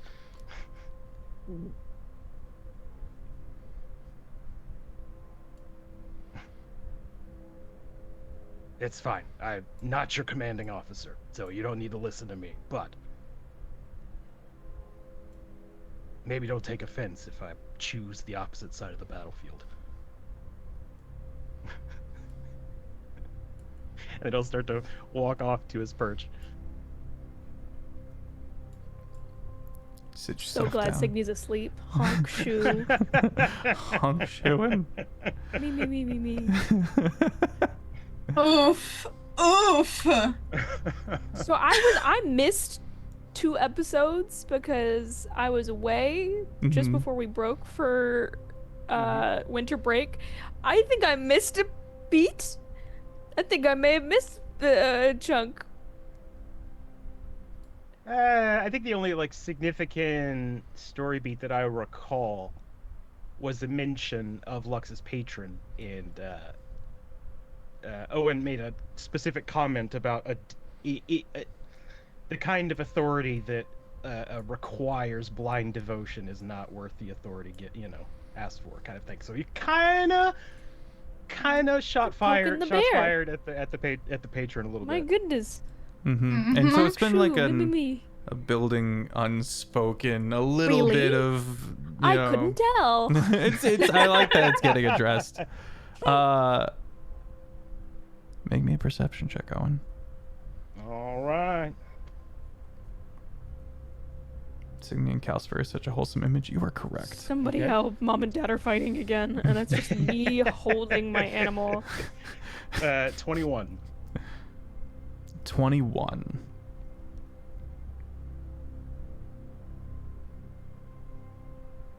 There's no, well, I was gonna say there's no fire, but there is Calcifer, and he is on fire, so we do essentially have a campfire. Yeah. Yeah. Okay. Yeah, you would have to have your He back doesn't to it smoke, so that but- you can, But provides some light. Oh, I- yeah. Yeah. Yeah, Light and warmth, absolutely. for sure. Absolutely. Classic camp, but a horse and a furball. Otherwise, I was about to burn a spell slot on dark vision. Classic camp, but horse. Stand by it. The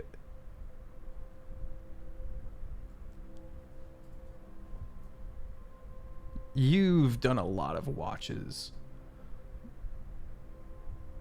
and you sit down and you lock into your usual, all right, let's see what we're working with, and you start locking in all the spots you're going to keep rotating to as most likely points of clearest vision, farthest, and things people might come out from around, and you start kind of harumphing over these hills, because it's just a series of bowls, basically, if you're on one, and you can't see very far if you're in one.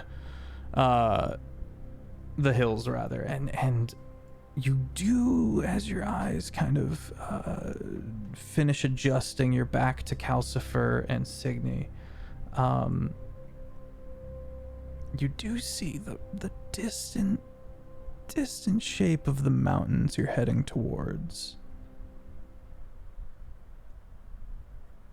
You catch a flicker of motion, a little closer, by a patch of forest by the river, maybe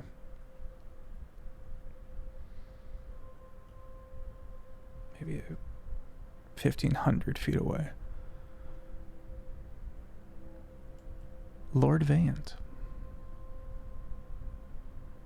standing amongst the trees, hand on cane, studying the camp.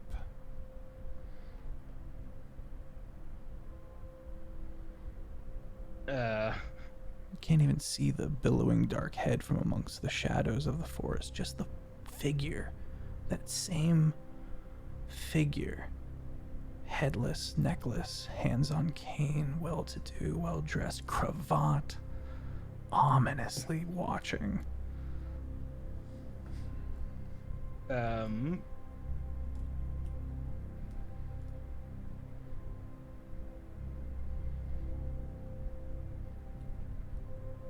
I'm going to kind of invent a little bit that Owen saw some movement and then stood maybe to get a little bit of a closer look, and then has realized what you've said. And so he won't avert his vision, but he just leans against a nearby tree and digs out a bit of ration and just starts munching on hardtack or whatever the heck it is. And just watches back. Just watches back. Okay. Every little bit, he'll look around, but not too often, because he trusts his sword to warn him of danger at this point. It's at one of the times you're looking away and looking back. It's not because you looked away, looked back. It's just you're coming back in, and Lord Vayant has faded. You can just see the bit of the bit of the like white gloves beginning to disappear with the cane. But from behind where he was standing, you see about 8 torches deeper within the woods, reflecting and illuminating the trees. Now this is very far away. What'd you get on that perception check? Yeah, it was like 18. It's still up. 21, I think. 21. Okay. Yeah. They look like common soldiers of Rowit. And there's a mass of them, maybe 8 or 9 or 10 of them, moving through the forest.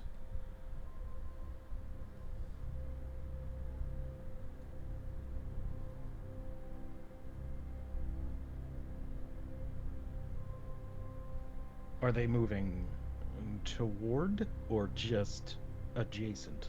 You take a moment to watch, and they do continue. As you're looking right at them, they do continue to the leftward. So you're looking south-southwest. They're heading southeast.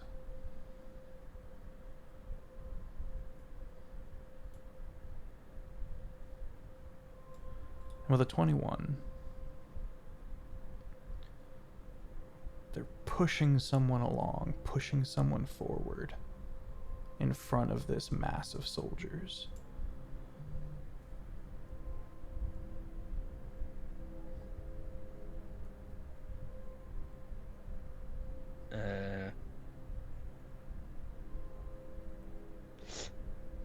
You'd see Owen like tense up and like try to get a better look at whatever person they have shoving along. Make a perception then, check. Go ahead. Yeah, I mean, I'll do another one. Yeah, make another one. That's additional new information that wasn't there when you made the last perception check, so I can see it applying. How about a 23 max roll? A clothed figure. A cloaked figure.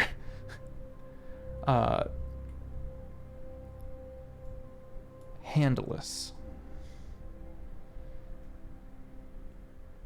bound, being pushed forward towards your destination, roughly.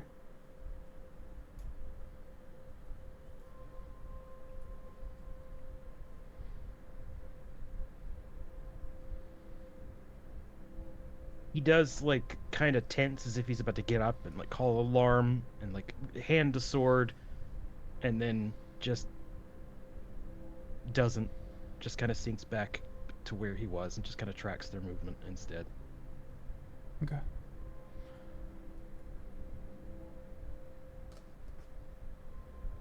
One more person stands out. Everybody rather- in the wilderness tonight.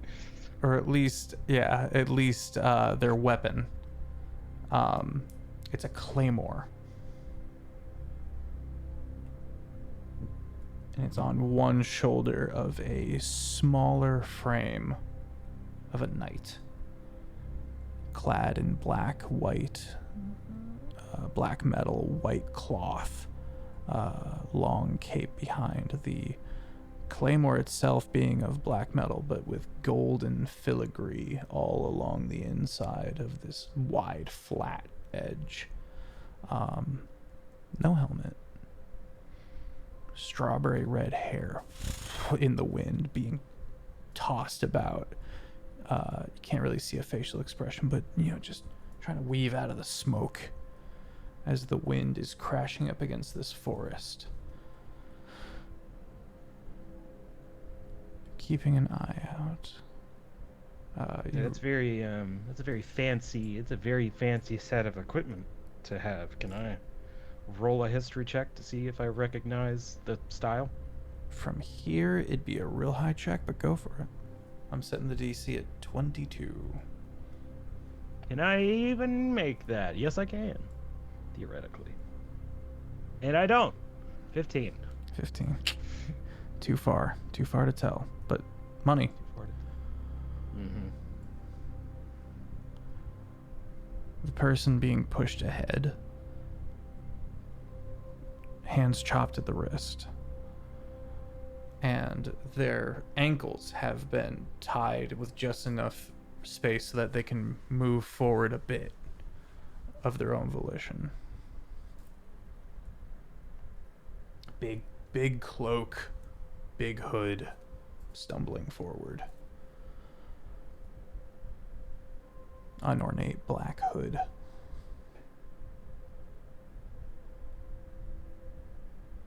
And they continue onward until they begin to fade from sight into the direction of the mountains. You think they might have come around the mountain range, or maybe got off at the river where the mountain range meets. Either is likely. Because that river is just like a big question mark shape that goes all the way through Rowit. So that river is wildly important to the entire nation.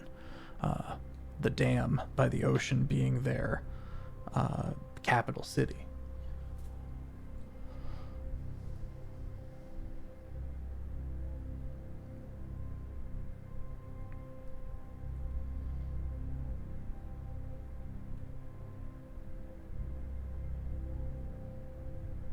Fades from sight.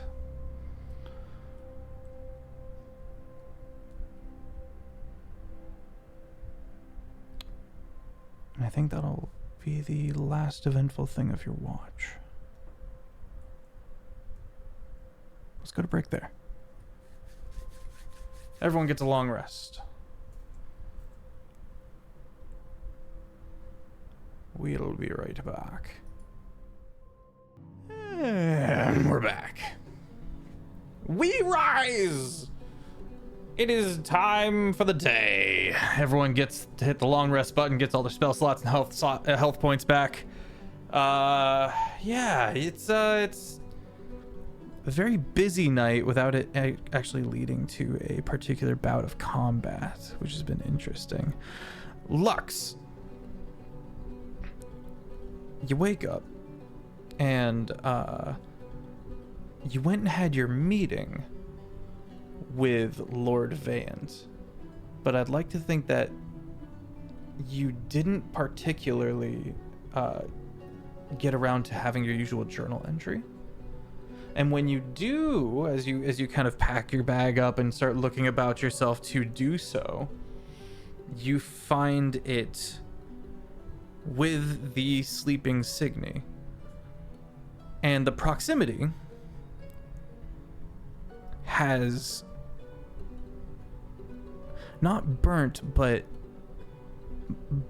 browned and blackened like a third of your pages.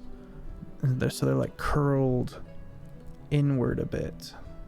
Not enough so that it's completely destroyed, but it has taken fire damage. I'll say a fourth of it.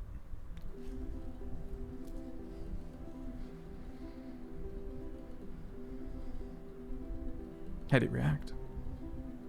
Immediately. And not kindly. Not kindly. Grabbing the book from Cygni. Morning. My book? Oh yes, I was trying to decipher some of the symbols last night. Symbols? It's written in... I want to say common, but I don't think it is in common. Well, Sorry. between the map and the book, the 14, we got to the point where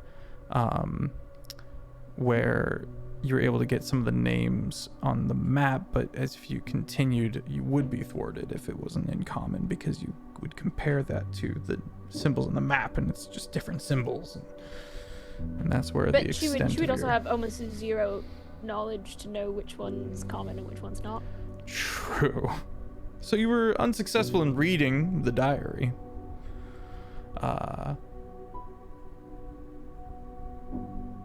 I think Cygni kind of rubs her eyes, slides the map up from underneath, Galsworth dusts it off, this little black and blue. Says, I'm really sorry, was that supposed to be important? It's just yesterday when I was trying to read those symbols on that golem's chest, I couldn't, and I'd like to learn.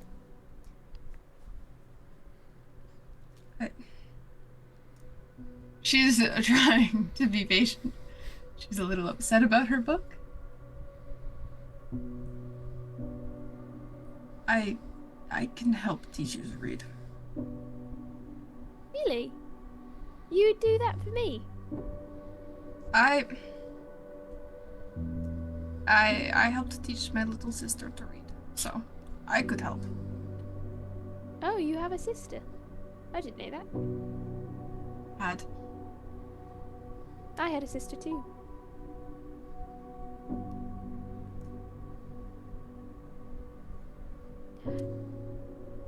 Sorry about the book. And Cygni will touch the very edges of it and will cast Mending on the edges of the pages if they slowly should. I like the idea. It's literally like burning in reverse. It's like as if you played it like, and slowly the edges of the pages start to curl backwards. Yeah, and See? Good as new. Still can't read it though. And if like the upset on Lux's face has like, she was upset and now she's like calmed a bit. Thank you. Did you want help reading the map or?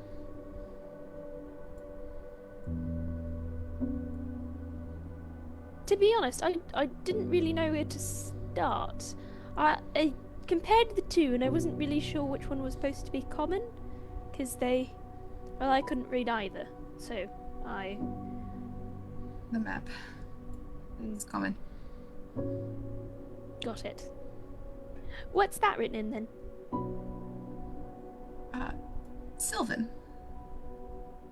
Oh, is that what they speak where you hail from?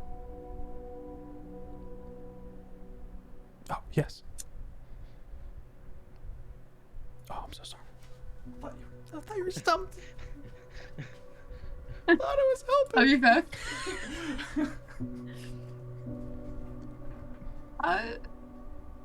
What of hobby? Inside check. To be fair, my insight is absolutely shit. But oh, actually, it's not too bad. 23. Is it cost? Yeah. That's a 23. Jesus. I only got an 18.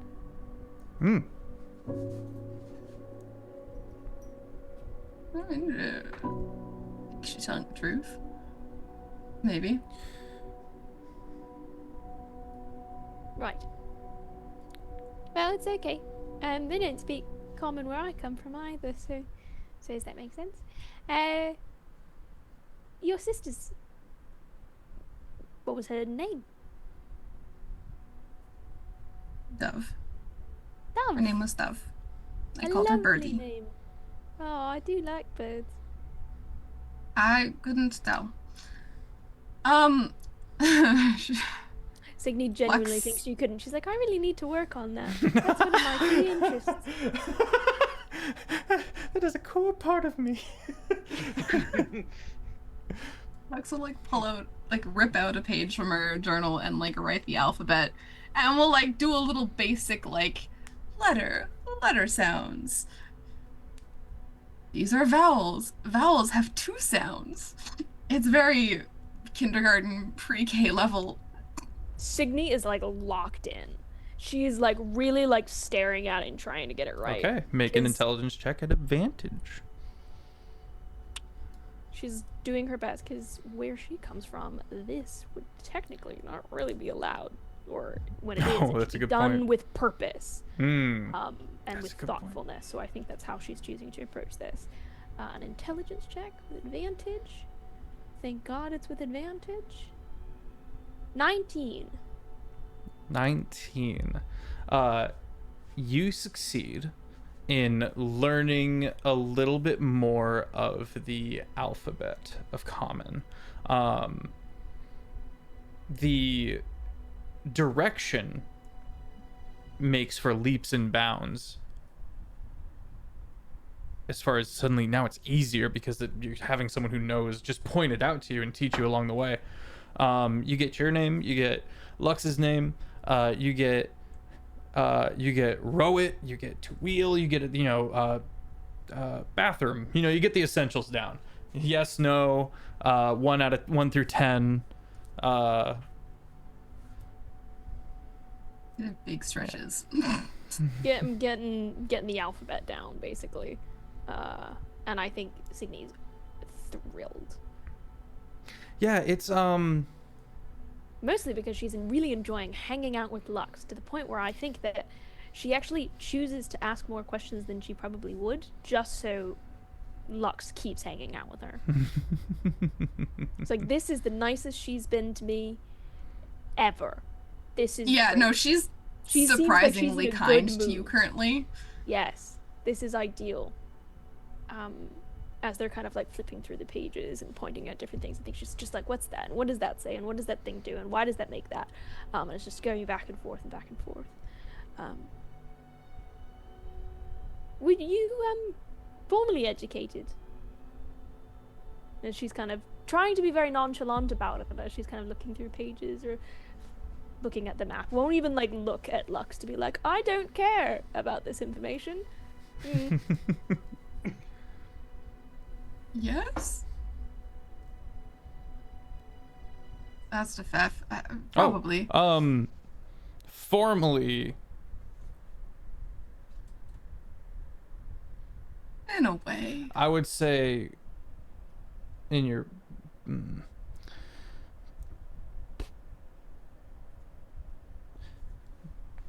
Cygni, when you say formally, do you mean like I mean, like, went to a school. went to like school and then college and then okay, so yes, you are formally educated. Just go on to school being the blanket term. Yes, you are formally educated.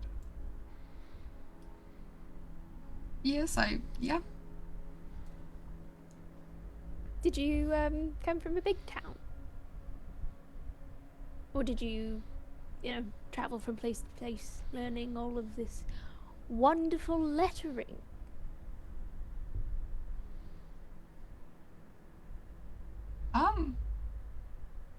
I did travel a lot, but that was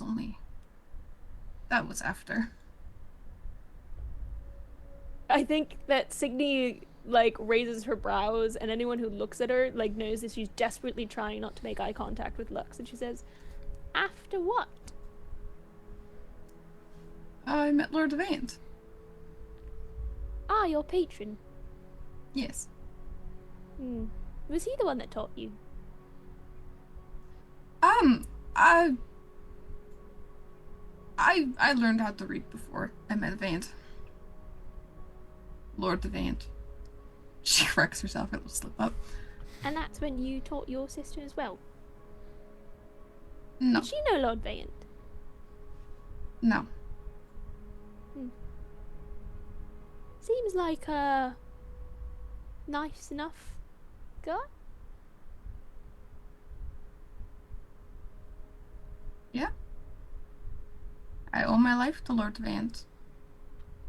Really? He saved you or something? In a way. You're really good with avoiding questions, and I won't pry in, if you don't want me to. But, I do care about you, and we will be on this journey for quite a bit longer, so if you do need someone to speak to, I won't tattletale.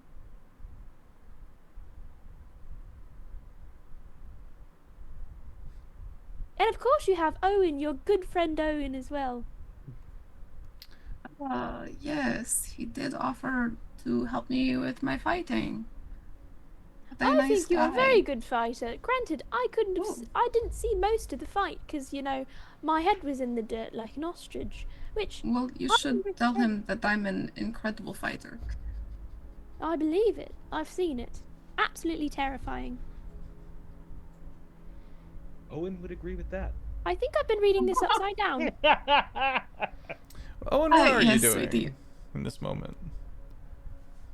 Where are you at? What you doing?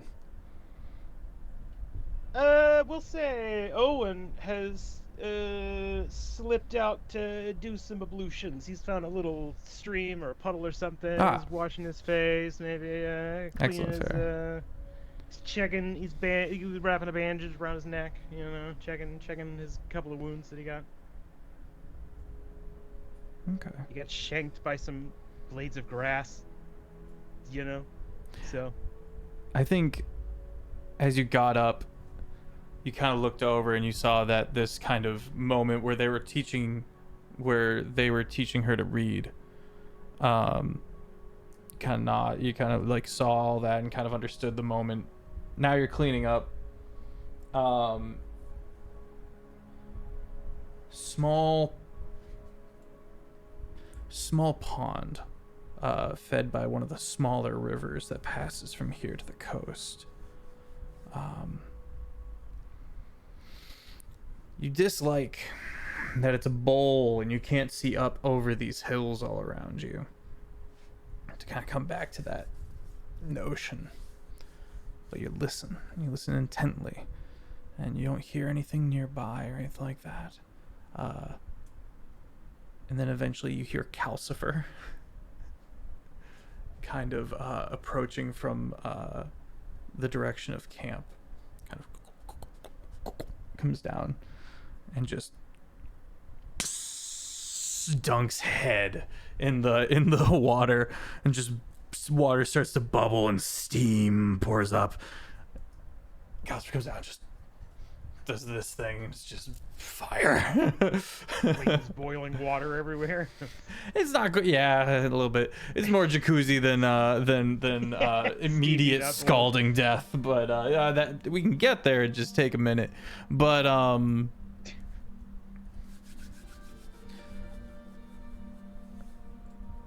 Calcifer pauses and seems to turn and kind of start regarding the water. Make a perception check as you kind of turn your head down.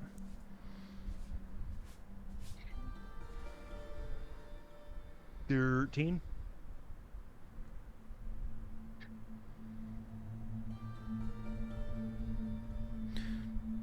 There's a wheel, like a wagon wheel. Now that you're looking in the kind of mud of the pond, there's some roughage, maybe other bits of a wagon having long sunken. The wheel hasn't sunk much. Everything else has. A significant amount.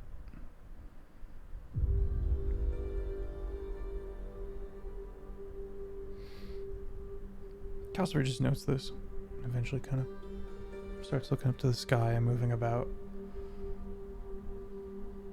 Is there anything particularly strange about this wagon? The only thing that really stands out is there might be something worth looting. Or if you're particularly going out of your way to help just people in general, maybe get the remains and bring them out. But we haven't really done that for any remains we've been coming across. So I don't really think it's that's been the there vibe. a while. Right? Yeah, but there could be something there. Yeah, unfortunately, Owen's not much of a looter, so Okay. he's gonna note it and then go on about his business. Back to you guys, Cygni and Lux.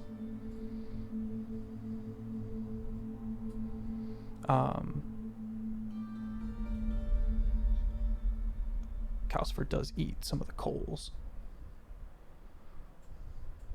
You just hear him crunching away.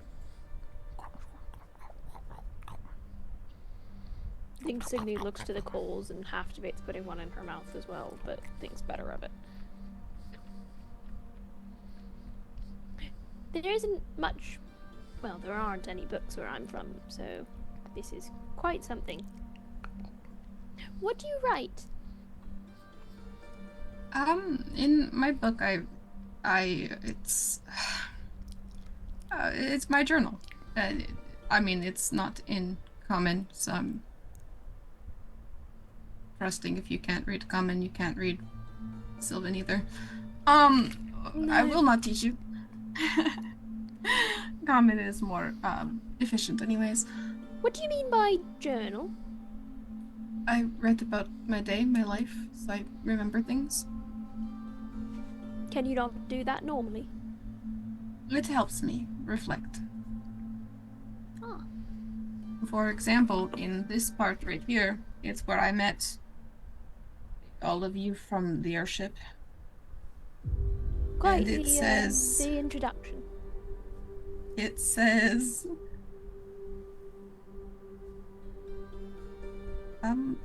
This one's about you.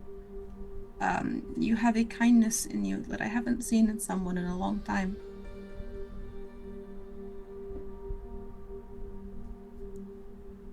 Well, that's very Also, kind. this about Owen, that I don't even know if that's his name or not.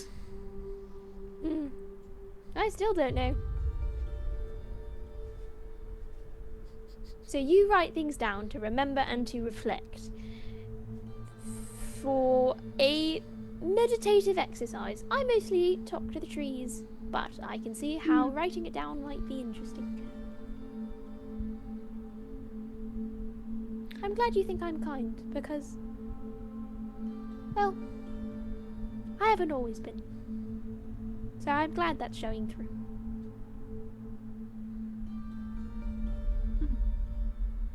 I find that hard to believe that you haven't been kind. I mean, I know.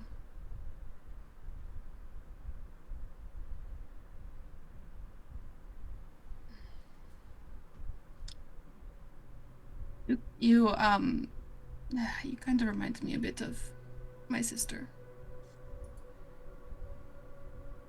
Birdie. Dove. Yes. Well, I was also named after a bird of sorts. Is Cygni a kind of bird? No, it's a constellation of a swan, Cygnus. Oh. Oh. That's sweet. Yes, almost everyone in my family was named after a constellation. Some kind. So Swan, it's an S. S-W-A-N. Swan. Looks a bit funny, Is but it I'll though? take it now. Or you're coming back in, Owen. Shaking your blonde hair dry. Anyone ever told you you look like a poodle? This is what No. Body gets pampered like one too. I can still smell the perfume. Smells his like gambeson like underneath the armor. It's like, sure, whatever. Distantly, Salvatore is really proud for some reason that someone made a joke.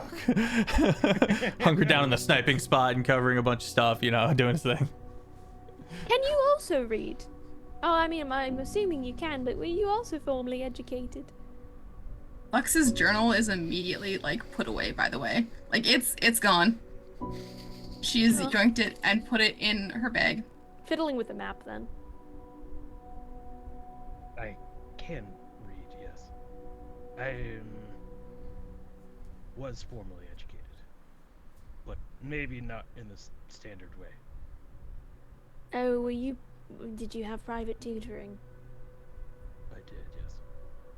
Oh, is that why you're like that? Probably. Well, I suppose I've got a private tutor too now. I just kind of bump into Lux. Yes. Congratulations. Reading is useful. Don't worry, I'm Apparently- teaching her all the naughty words first. Swan. I'd expect nothing less. All right. Packing everything up, we venture onwards. couple hours go by. The region starts to get more and more forested the closer you get to the mountains. This is the very beginning of the southern sprawling mountain range.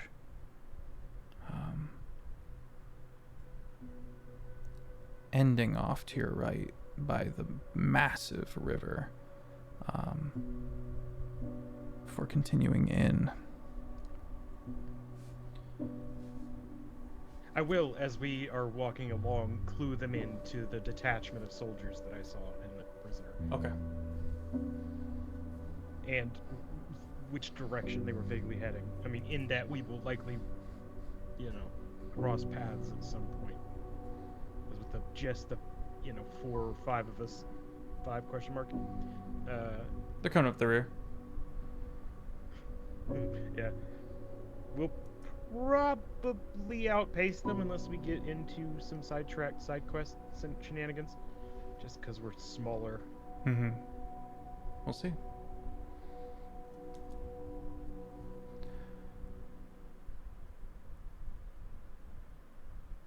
At one point,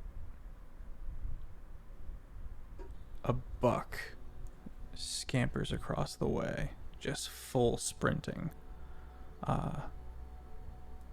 And you see this mountain lion, all shoulders,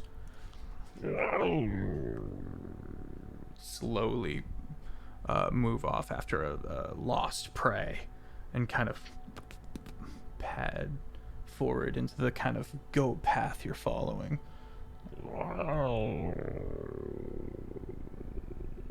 It's somewhere between a saber-toothed cat and like a hippo. This is like this bulky, shouldered mountain lion. You, Owen, and Cygni would have heard of these things. They're pretty rare. But they're kind of seen as like an ancient mountain lion.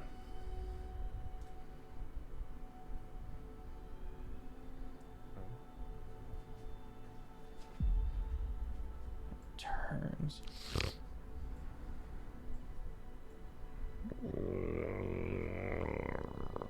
Starts kind of looking towards the party and padding along sideways. Hold still. Cygni will wild shape. Into? A big white bear. Not a polar bear per se, but like a brown bear with like the same kind of stark white hair that she has. I see. And will, in front of the party, and will bellow back. And just like a... Yeah, make an intimidation exactly check. that. That's really good. Thank you. Make an intimidation check. Yes, I will. It's not my finest, but we'll give it a go. 18. Minus 18 1 for a 17. Oh. And it's gonna bolt.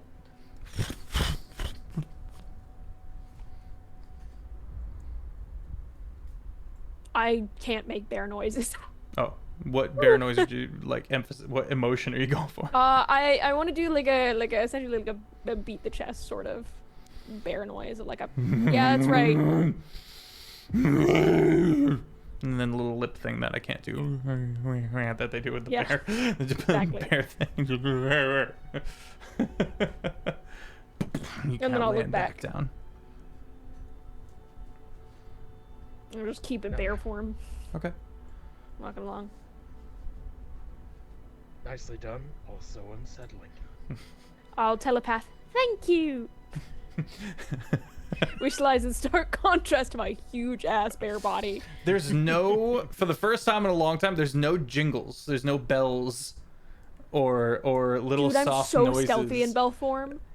Bear form Cygni is so stealthy despite her massive size. You guys have all kind of become accustomed to the faint chiming, and this is the first time in a long time that there isn't any. It's just that little bit of like returning to this, like stepping into this unknown forest, but this whole ass bear is kind of leading the way, and that kind of nerve settles a bit.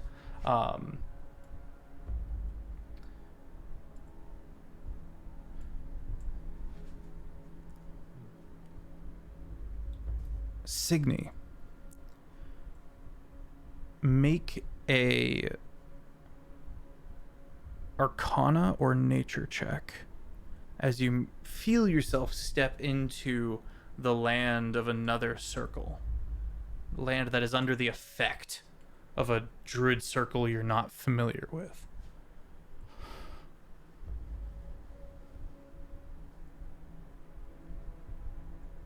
$17. 17. Okay. You begin to see the signs. Trees that are very, very old.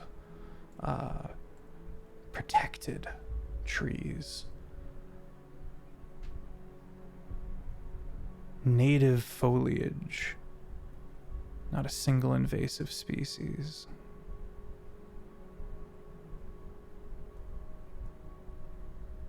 Rivers, smoothed stone. You begin making your way upwards and upwards, and you start looking at where this kind of region is, and where you might put a secret. Where you might put a secret. You have 3 options in your travels. You kind of get to a high point, kind of looking down and up along the sides of these forests. You kind of get up against the edge of the mountain and get up a little bit higher to look about. And you can see at the top of the mountains, high above, a series of natural caves. At the base of the mountain, there is, a distance away, southward, a waterfall. And then finally, the closest 2 mountains do meet at like a point, and that also would be just a neat spot to have a natural guidance toward. High-reaching caves, distant waterfall, or the summit where 2 mountains meet.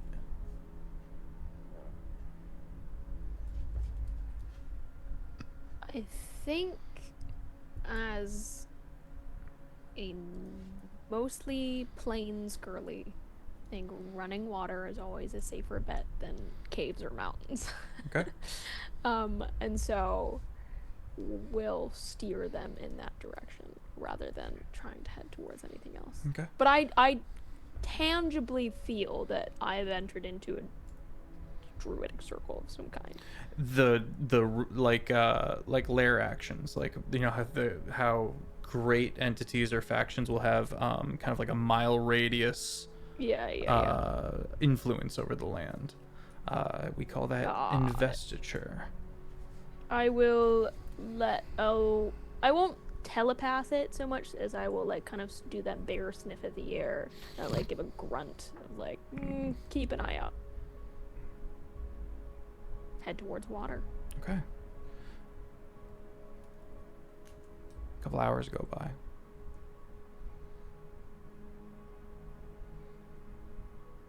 The loud roar of the waterfall becoming more and more prominent, until you find it. This maybe 300-foot waterfall, incredibly high. That's why you're able to see it from so far off. You kind of begin to move into the kind of mist of the waterfall, and as you do, there's a couple of bats kind of enter your vision and swoop past you guys. And you get to the side of the water, and there's immediately some kind of unnatural effect going on here, Cygni, because the waterfall doesn't land into like a small body of water, or like a river or a lake or something like that. It's a shallow. None of this water has been worn down by the however long the waterfall should have been wearing down all these rocks and forming this like little cove. But instead you find yourself stepping into this like ankle deep pebbly region with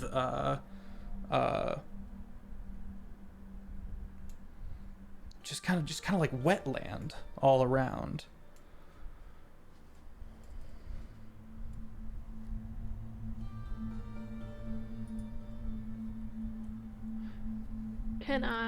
This is gonna end badly. Can I drink some of the water? Yeah. It's Just kind see of if like it's- it's see if kind of it's like funny. raining and misty essentially, and then it gets more rainy the more you walk in, and it stays just like an inch deep everywhere, like completely shallowed. Get some kind of the bigger deluge, and kind of stick your head in there.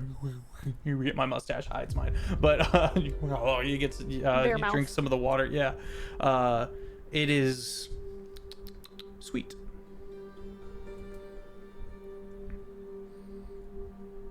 Another unnatural occurrence. I think Cygni probably like stumbles back a little bit in bear form, just kind of does that. Gross.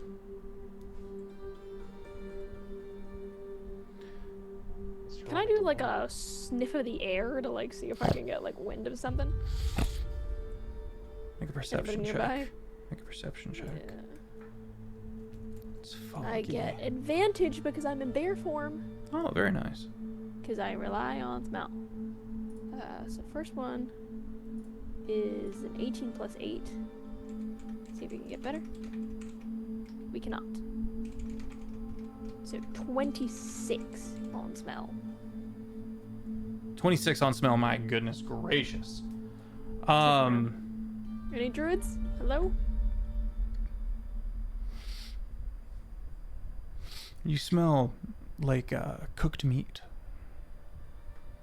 which is not very druidic. Generally, there are many druids who are okay with eating meat. There are many druids that are okay with wearing metal. Traditionally speaking, that might not be your druids. But you know something bad happened to the Eld anyway. And so you follow your nose until you wrap back kind of around the waterfall to where you find, even in this very dense mist and fog and deafening roar of the waterfall, you find a cave entrance that kind of goes upwards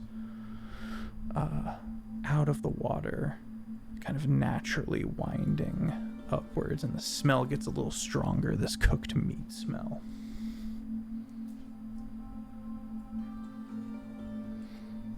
I think that Cygni will like telepath to like, hey, do you smell cooking?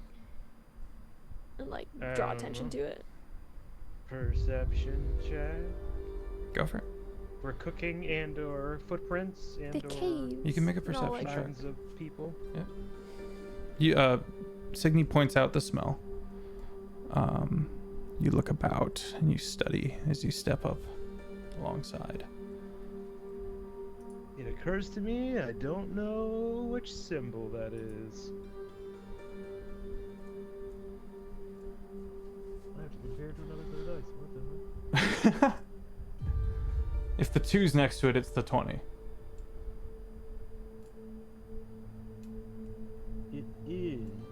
I might need to change dice actually. This is not a regular dice. Oh, then it might be the 1 if it's like a counter die. It's Stormlight dice. Oh. But I assumed it was a regular D20, but like, it's not laid out the same. So let me just Oh, strange. scratch that and re-roll. So 9 plus 3, so ye old 12. Ye old 12. You can smell the meat that's cooking. Kind of look about. You see remnants of soot here and there, and bits of charcoal here and there, as if someone's made camp here at the mouth of the cave regularly. within the past like week or so.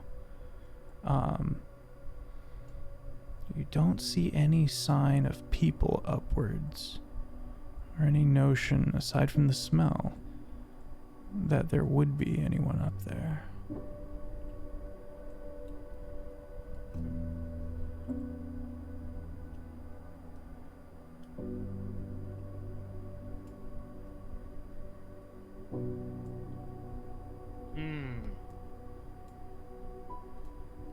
It might just be burned corpses.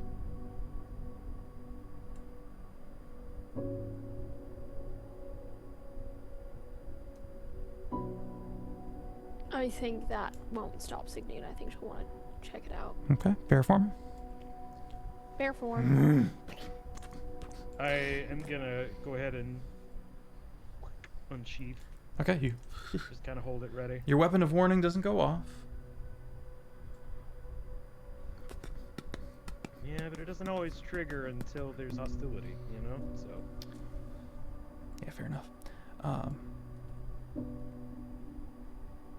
You get up into this upper alcove, this nook, and as you get just to the crest, the hill kind of turns into stairs, and you walk up into this room. It's lit, and we'll get to that, but what's in the room is, on one side you see a door, a double door, kind of carved into the stone, kind of like a dwarven door you would see in Lord of the Rings, kind of built into the stone, glowing faintly, vastly impressive filigree. Well,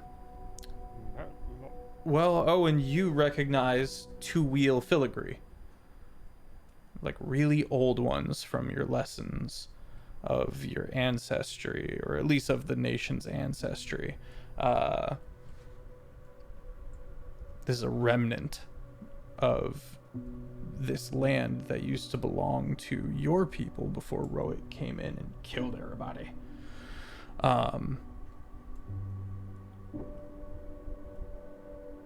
How, as the crow flies, far are we from Van Haverbeek's estate? On the other side of the mountain. Which is a big, like a normal big mountain? Like a normal big mountain. So potentially connected, but not necessarily. It'd be a pretty long tunnel. Yeah, you do see a statue on one side of this tiefling with a battle axe that he's got two hands on, resting. Serious face, ornate horns. But all of that aside, there is a glowing ball in a little like nook, a little stand made for the ball. And bits of meat have been put onto the glowing ball, and it's searing like slabs of bacon or pork onto this hot glowing metal ball. And an individual who is just now sitting down, looking across the fire at you all, looking across the heat source at you all, kind of with one eyebrow raised and a bit of a knowing smile, this dark elf slowly flipping meat from outside a little tent that he's got made. As he smiles at you all, you see that his teeth are filed down into points.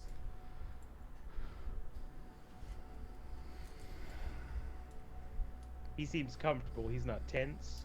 He's squatting. I'm gonna rip an insight check. Make an insight check.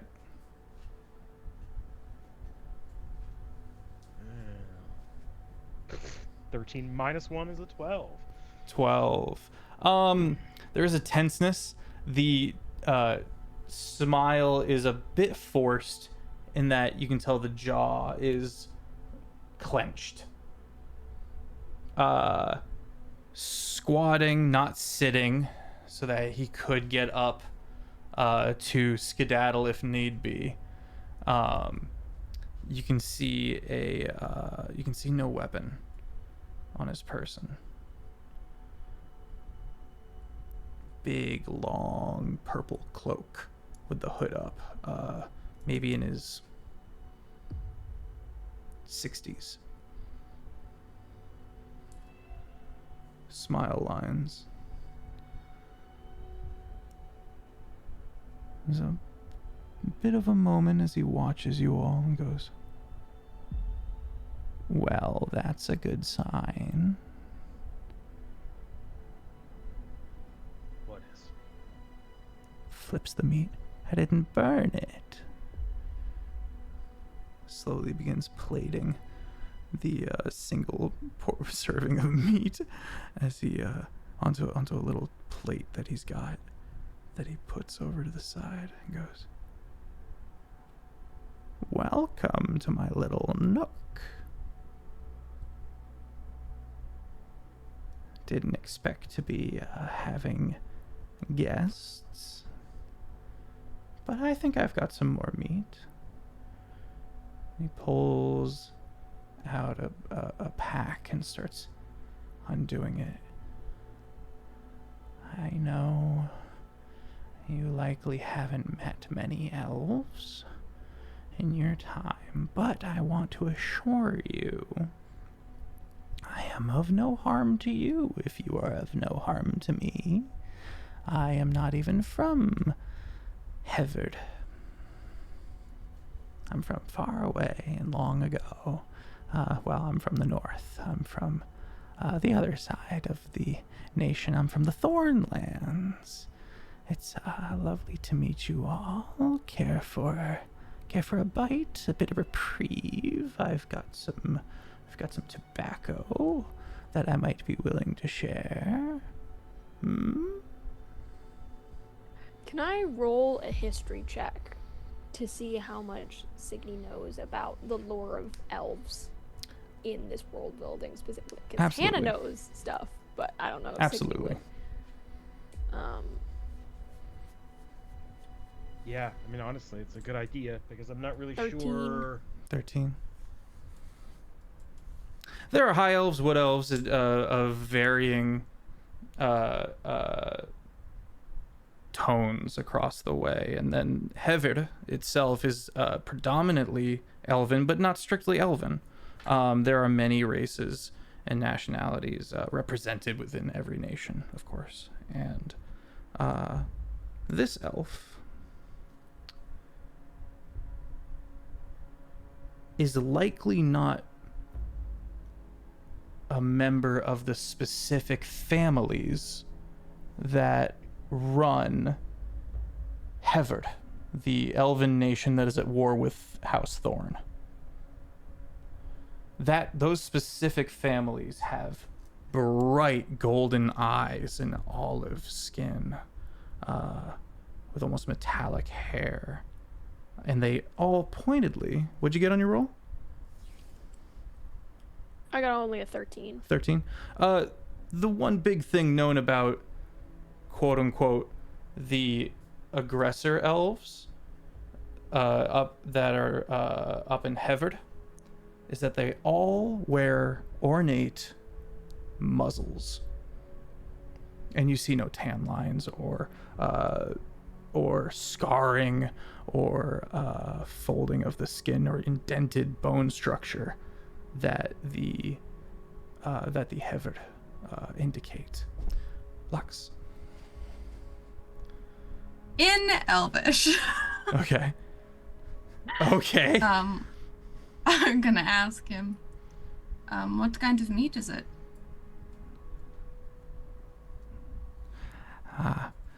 It's pork. Genuinely, it is pork. I slew a boar, not but 2 days ago in these woods.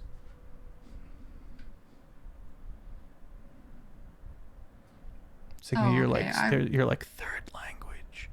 I don't think Cygni's heard Lux speak Sylvan, so who knows? She whatever. Cygni's a bear. I think she's mostly sniffing the meat. Is it actually pork? Can I You get a whiff.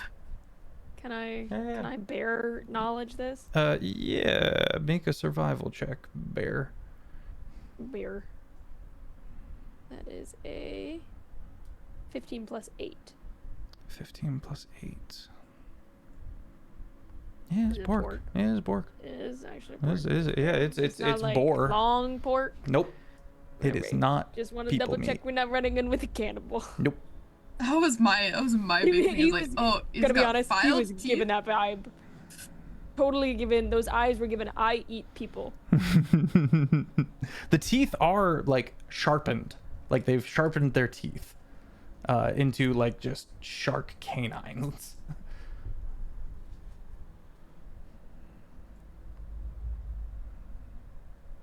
I think Cygni will come out a bear. Ah. Then in Druidic, he responds, I swear. Just holds it. Doesn't finish his sentence. Do you know any others on this land? The Um, ones that hold it within their domain. In Druidic. You speak to me of the Eld.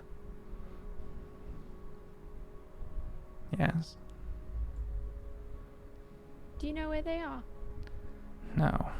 I was hoping I might discover a few things, but I've been a bit sidetracked lately. He looks up at the door.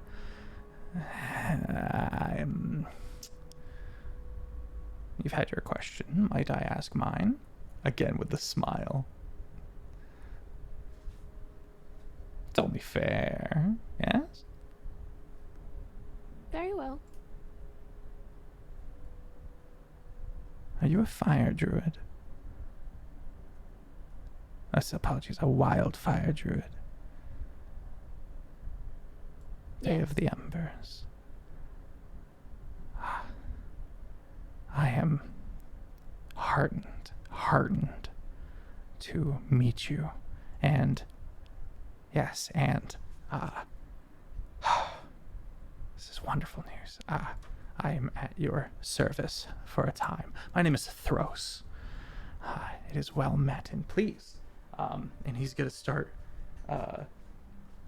putting out a few potions. Please, if you would take this with my blessing.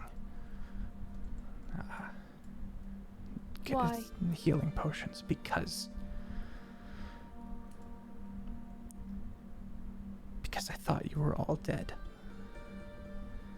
And I've been mourning the passing of your circle for some time.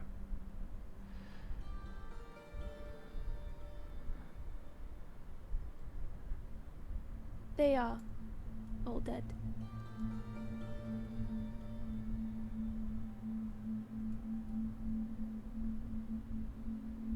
I too have mourned.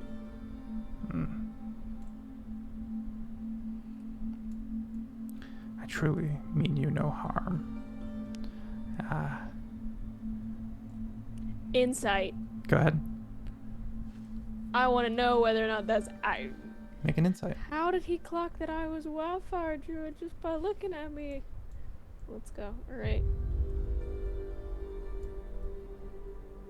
Not great. I got an 8.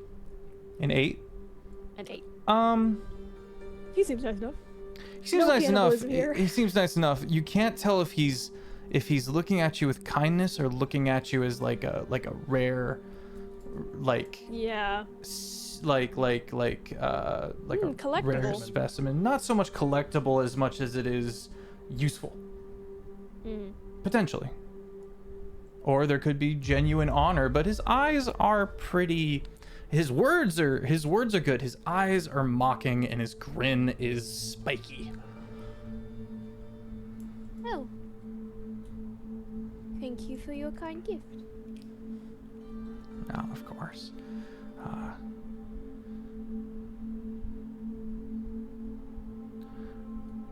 He says, he looks up and comment, another question then, perhaps. Gestures for anyone to ask. Seeing the conversation remain civil, I'll sheath my sword. So that's been just out the whole time. Oh yeah. Why do you think he's being so Lux has her cautious? scythe. You guys are terrifying. Are you kidding me? You keep the scythe out. I imagine Salvatore Always. is just like, I like to think that he's covering the exit. You know. yeah. I will say at this point, Hune does. Oh, there you are, Hune. We thought you lost you in the woods. My feet hurt. He's gonna come over and sit down. Hi. Start reaching for the food and start eating it. All right. What's behind the door? You keep looking back to it. So. Indeed, it's a bit of long lost lore. I don't know if it belongs to the Lord on the far side of the mountains, a cruel man by all accounts, or if it's something tucked away that he didn't know about when they gave him the estates. It's got my side quest, if you will. I've been trying to open it for some time. Again, a note of greed. I will turn back to the door though and see what I see with my two-wheel eyes. Yeah, you step up and you can see this ornate tree. Is it white? It is not white. It is very old, and your roots are a bit gothic before they were pirate. And so you see thorns and briars all kind of about that this tree is growing out of, as if through strife, getting ahead through hard work. This kind of, you can see this kind of dogma about the filigree. Oh, teeth. Yeah, there's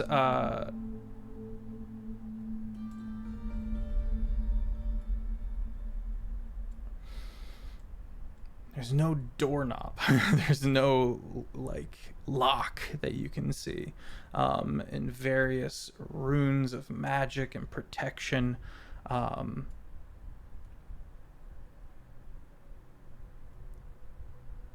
Vintic is the word carved into the base. Vintic. Vintiq.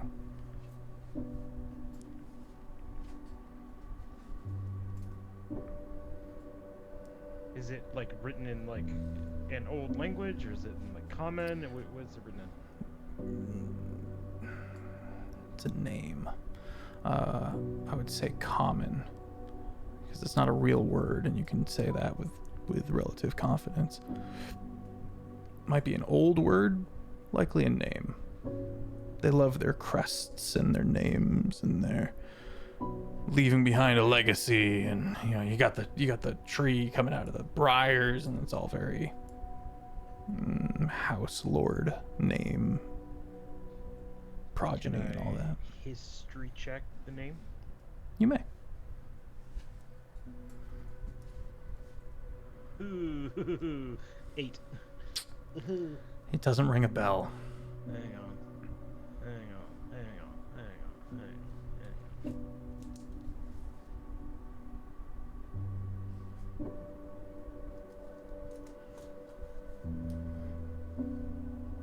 Just say ability check. Alright, we're gonna do it. I'm gonna burn a second wind. And add Oh. 10. Tactical mind. Blink. Look a little harder. Where's the D10? There we go. Okay. 16 in total. 16 in total.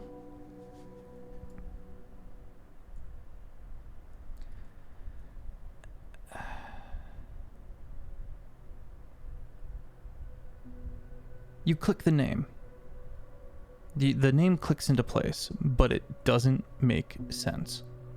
It does not have any reason to be on this door here, because that is the name of one of the largest dragons in House Toil, Vintic.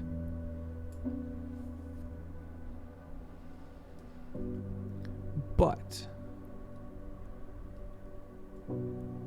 this door has been here a lot longer than the dragons have returned to this land. Neither Rowit or Toil had dragons when this war happened, and Rowit pushed Toil out of their lands coming down from the mountains.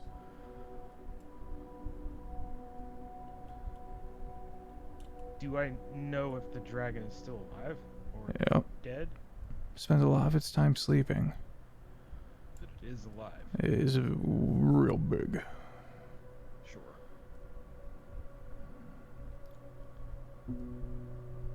Alright, well. After I clock the name. Well, that doesn't make any sense. That's what I'm saying. Why would you make a door if you're not going to have an easy to guess riddle? You need a riddle or a puzzle or something. This is ridiculous. Wait, what are you saying? The name of the dragon. I'm sorry? Vintic. Where are you seeing this? You look to Lux and Cygni. They don't see this name on the door. You're reading it within the briars. Easy, like speak, Well, friend, and enter. Couldn't have read it anyways, as we have already established. Fair enough. Fair enough. You're like, yep, door. Tree. That's what I it like the says. tree. I like the briars. 100%. Yep. Yeah, Owen, you're looking at the briars, and you see clearly within the ornate briars that the tree is coming out of, within that pattern, you see Vintic. And try as you might, no one else seems to see it. It's written here in the etching, the design. Does anyone else see it? I mean, it doesn't look glowy to me, does it? Nope. It's just... So you get to the point where you're even doing like you go in at this point to sketch out the piece of that you're seeing, and where you touch the script, the chiseling is different than what you're physically seeing. So they're seeing door with the briars. You're seeing some kind of personal illusion in the chiseled briar of the door. Vintic, a dragon that came to this dimension long after this door was put into place.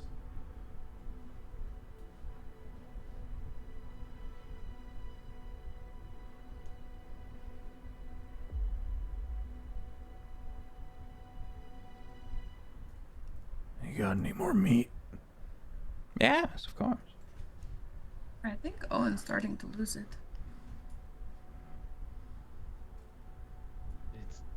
I can see it clear as day, but it's like it's not really there. Also, something is really clicking in my... Is anybody else here? Oh, my bad. My bad. Oh, is it music? No, like audio bug clicking. Yeah, I'm also getting a click on my end. Okay. Let me kill the I'm Discord. starting to get worried that my interface was going out.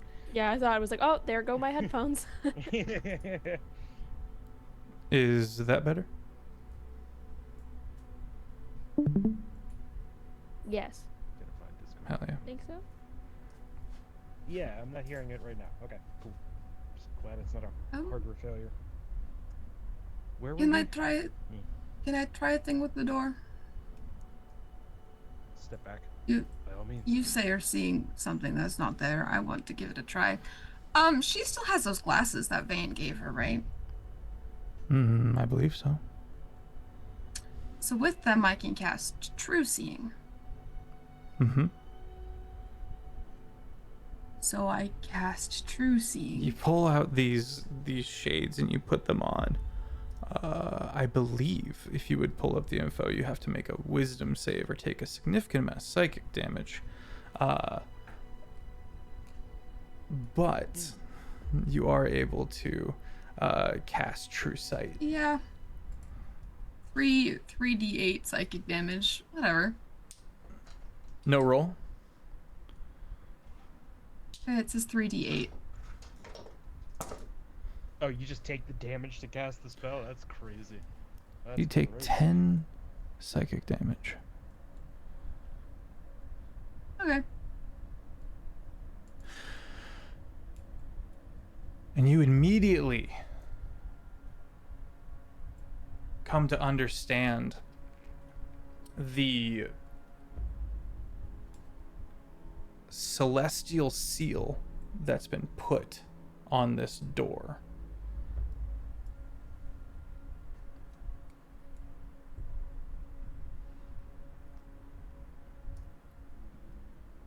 And you continue to watch, you continue to study, make an Arcana check.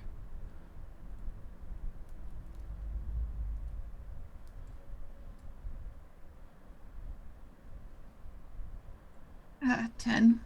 10. The door is a door here. Elsewhere,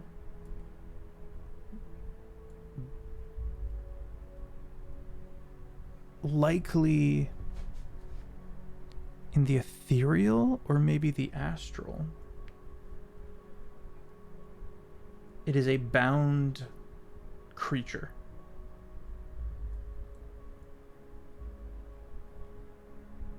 An aberrant, maybe a celestial creature.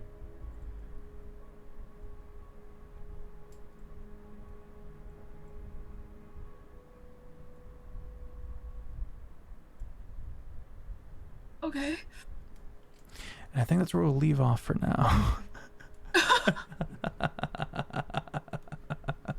Chat, thank you for being here. I'm Sir Feffers, the humble dungeon master of the Longshot table.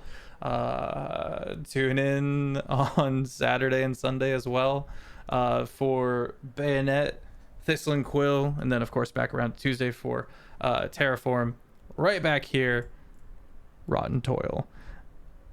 If you want to get caught up on the 4 weekly episodes, you can head to the YouTube called Longshot, or if you would like to join our community, you can head over to the Discord. We are as chaotic as we are wholesome. We use it for various visual aids, as well as bingo.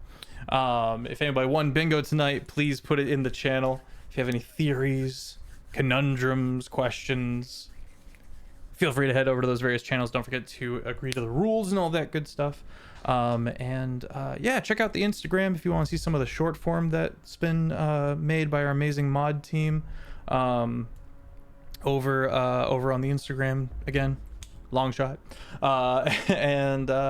If you're interested in any LARPing, you should check out heinefall.com. That's heinefall.com. Phenomenal LARP event. They have events all year round, but the big one is I believe in September in Texas. Perfect time to be in Texas because it's not insanely hot or insanely cold. I think that's it for me. We're gonna do a raid, so don't go anywhere just yet, but for now I will hand it off to Pingu. Hello. Hi, what up? I'm Jet or Pingu. You can find me across the interwebs at Cos.Pingu. You can find me here on Thursday nights playing as Lux. I've missed my girl. I put some character art in the Discord channel. You should check it out. I commissioned that back in July, and I'm really happy with how it turned out. I also do art commissions, but they're currently closed until I can fix my Apple Pencil. And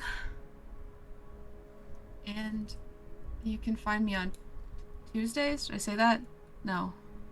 You can find me on Tuesdays on Tales Guild playing my Stargirl Astra.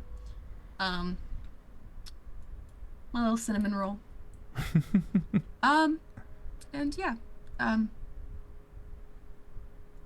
love Lux. I'm gonna pass it to Hannah. Ooh, yeah, Oh. I'll pass it to Hannah. I was gonna say I should have passed it to Jared so it doesn't get forgotten again. Damn. Jared, you wanna take it? No, that's fine. Go ahead. Okay. I have absolutely nothing to rep, so like.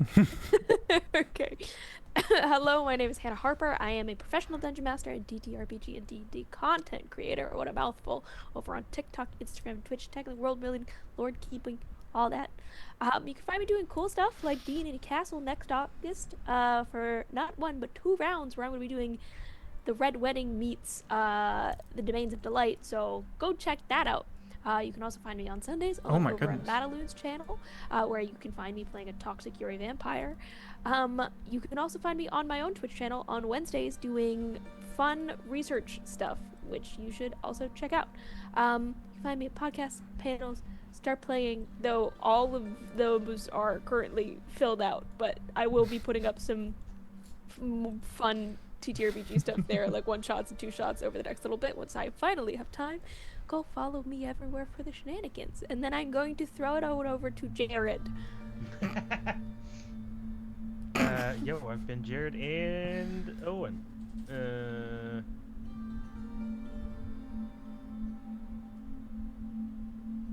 I don't really... A lot happened this time around. Yeah. Weird door. Weird door. Sharp teeth guy. Grass. Continues to be a little bit clunky with people, you know. That's just how it be.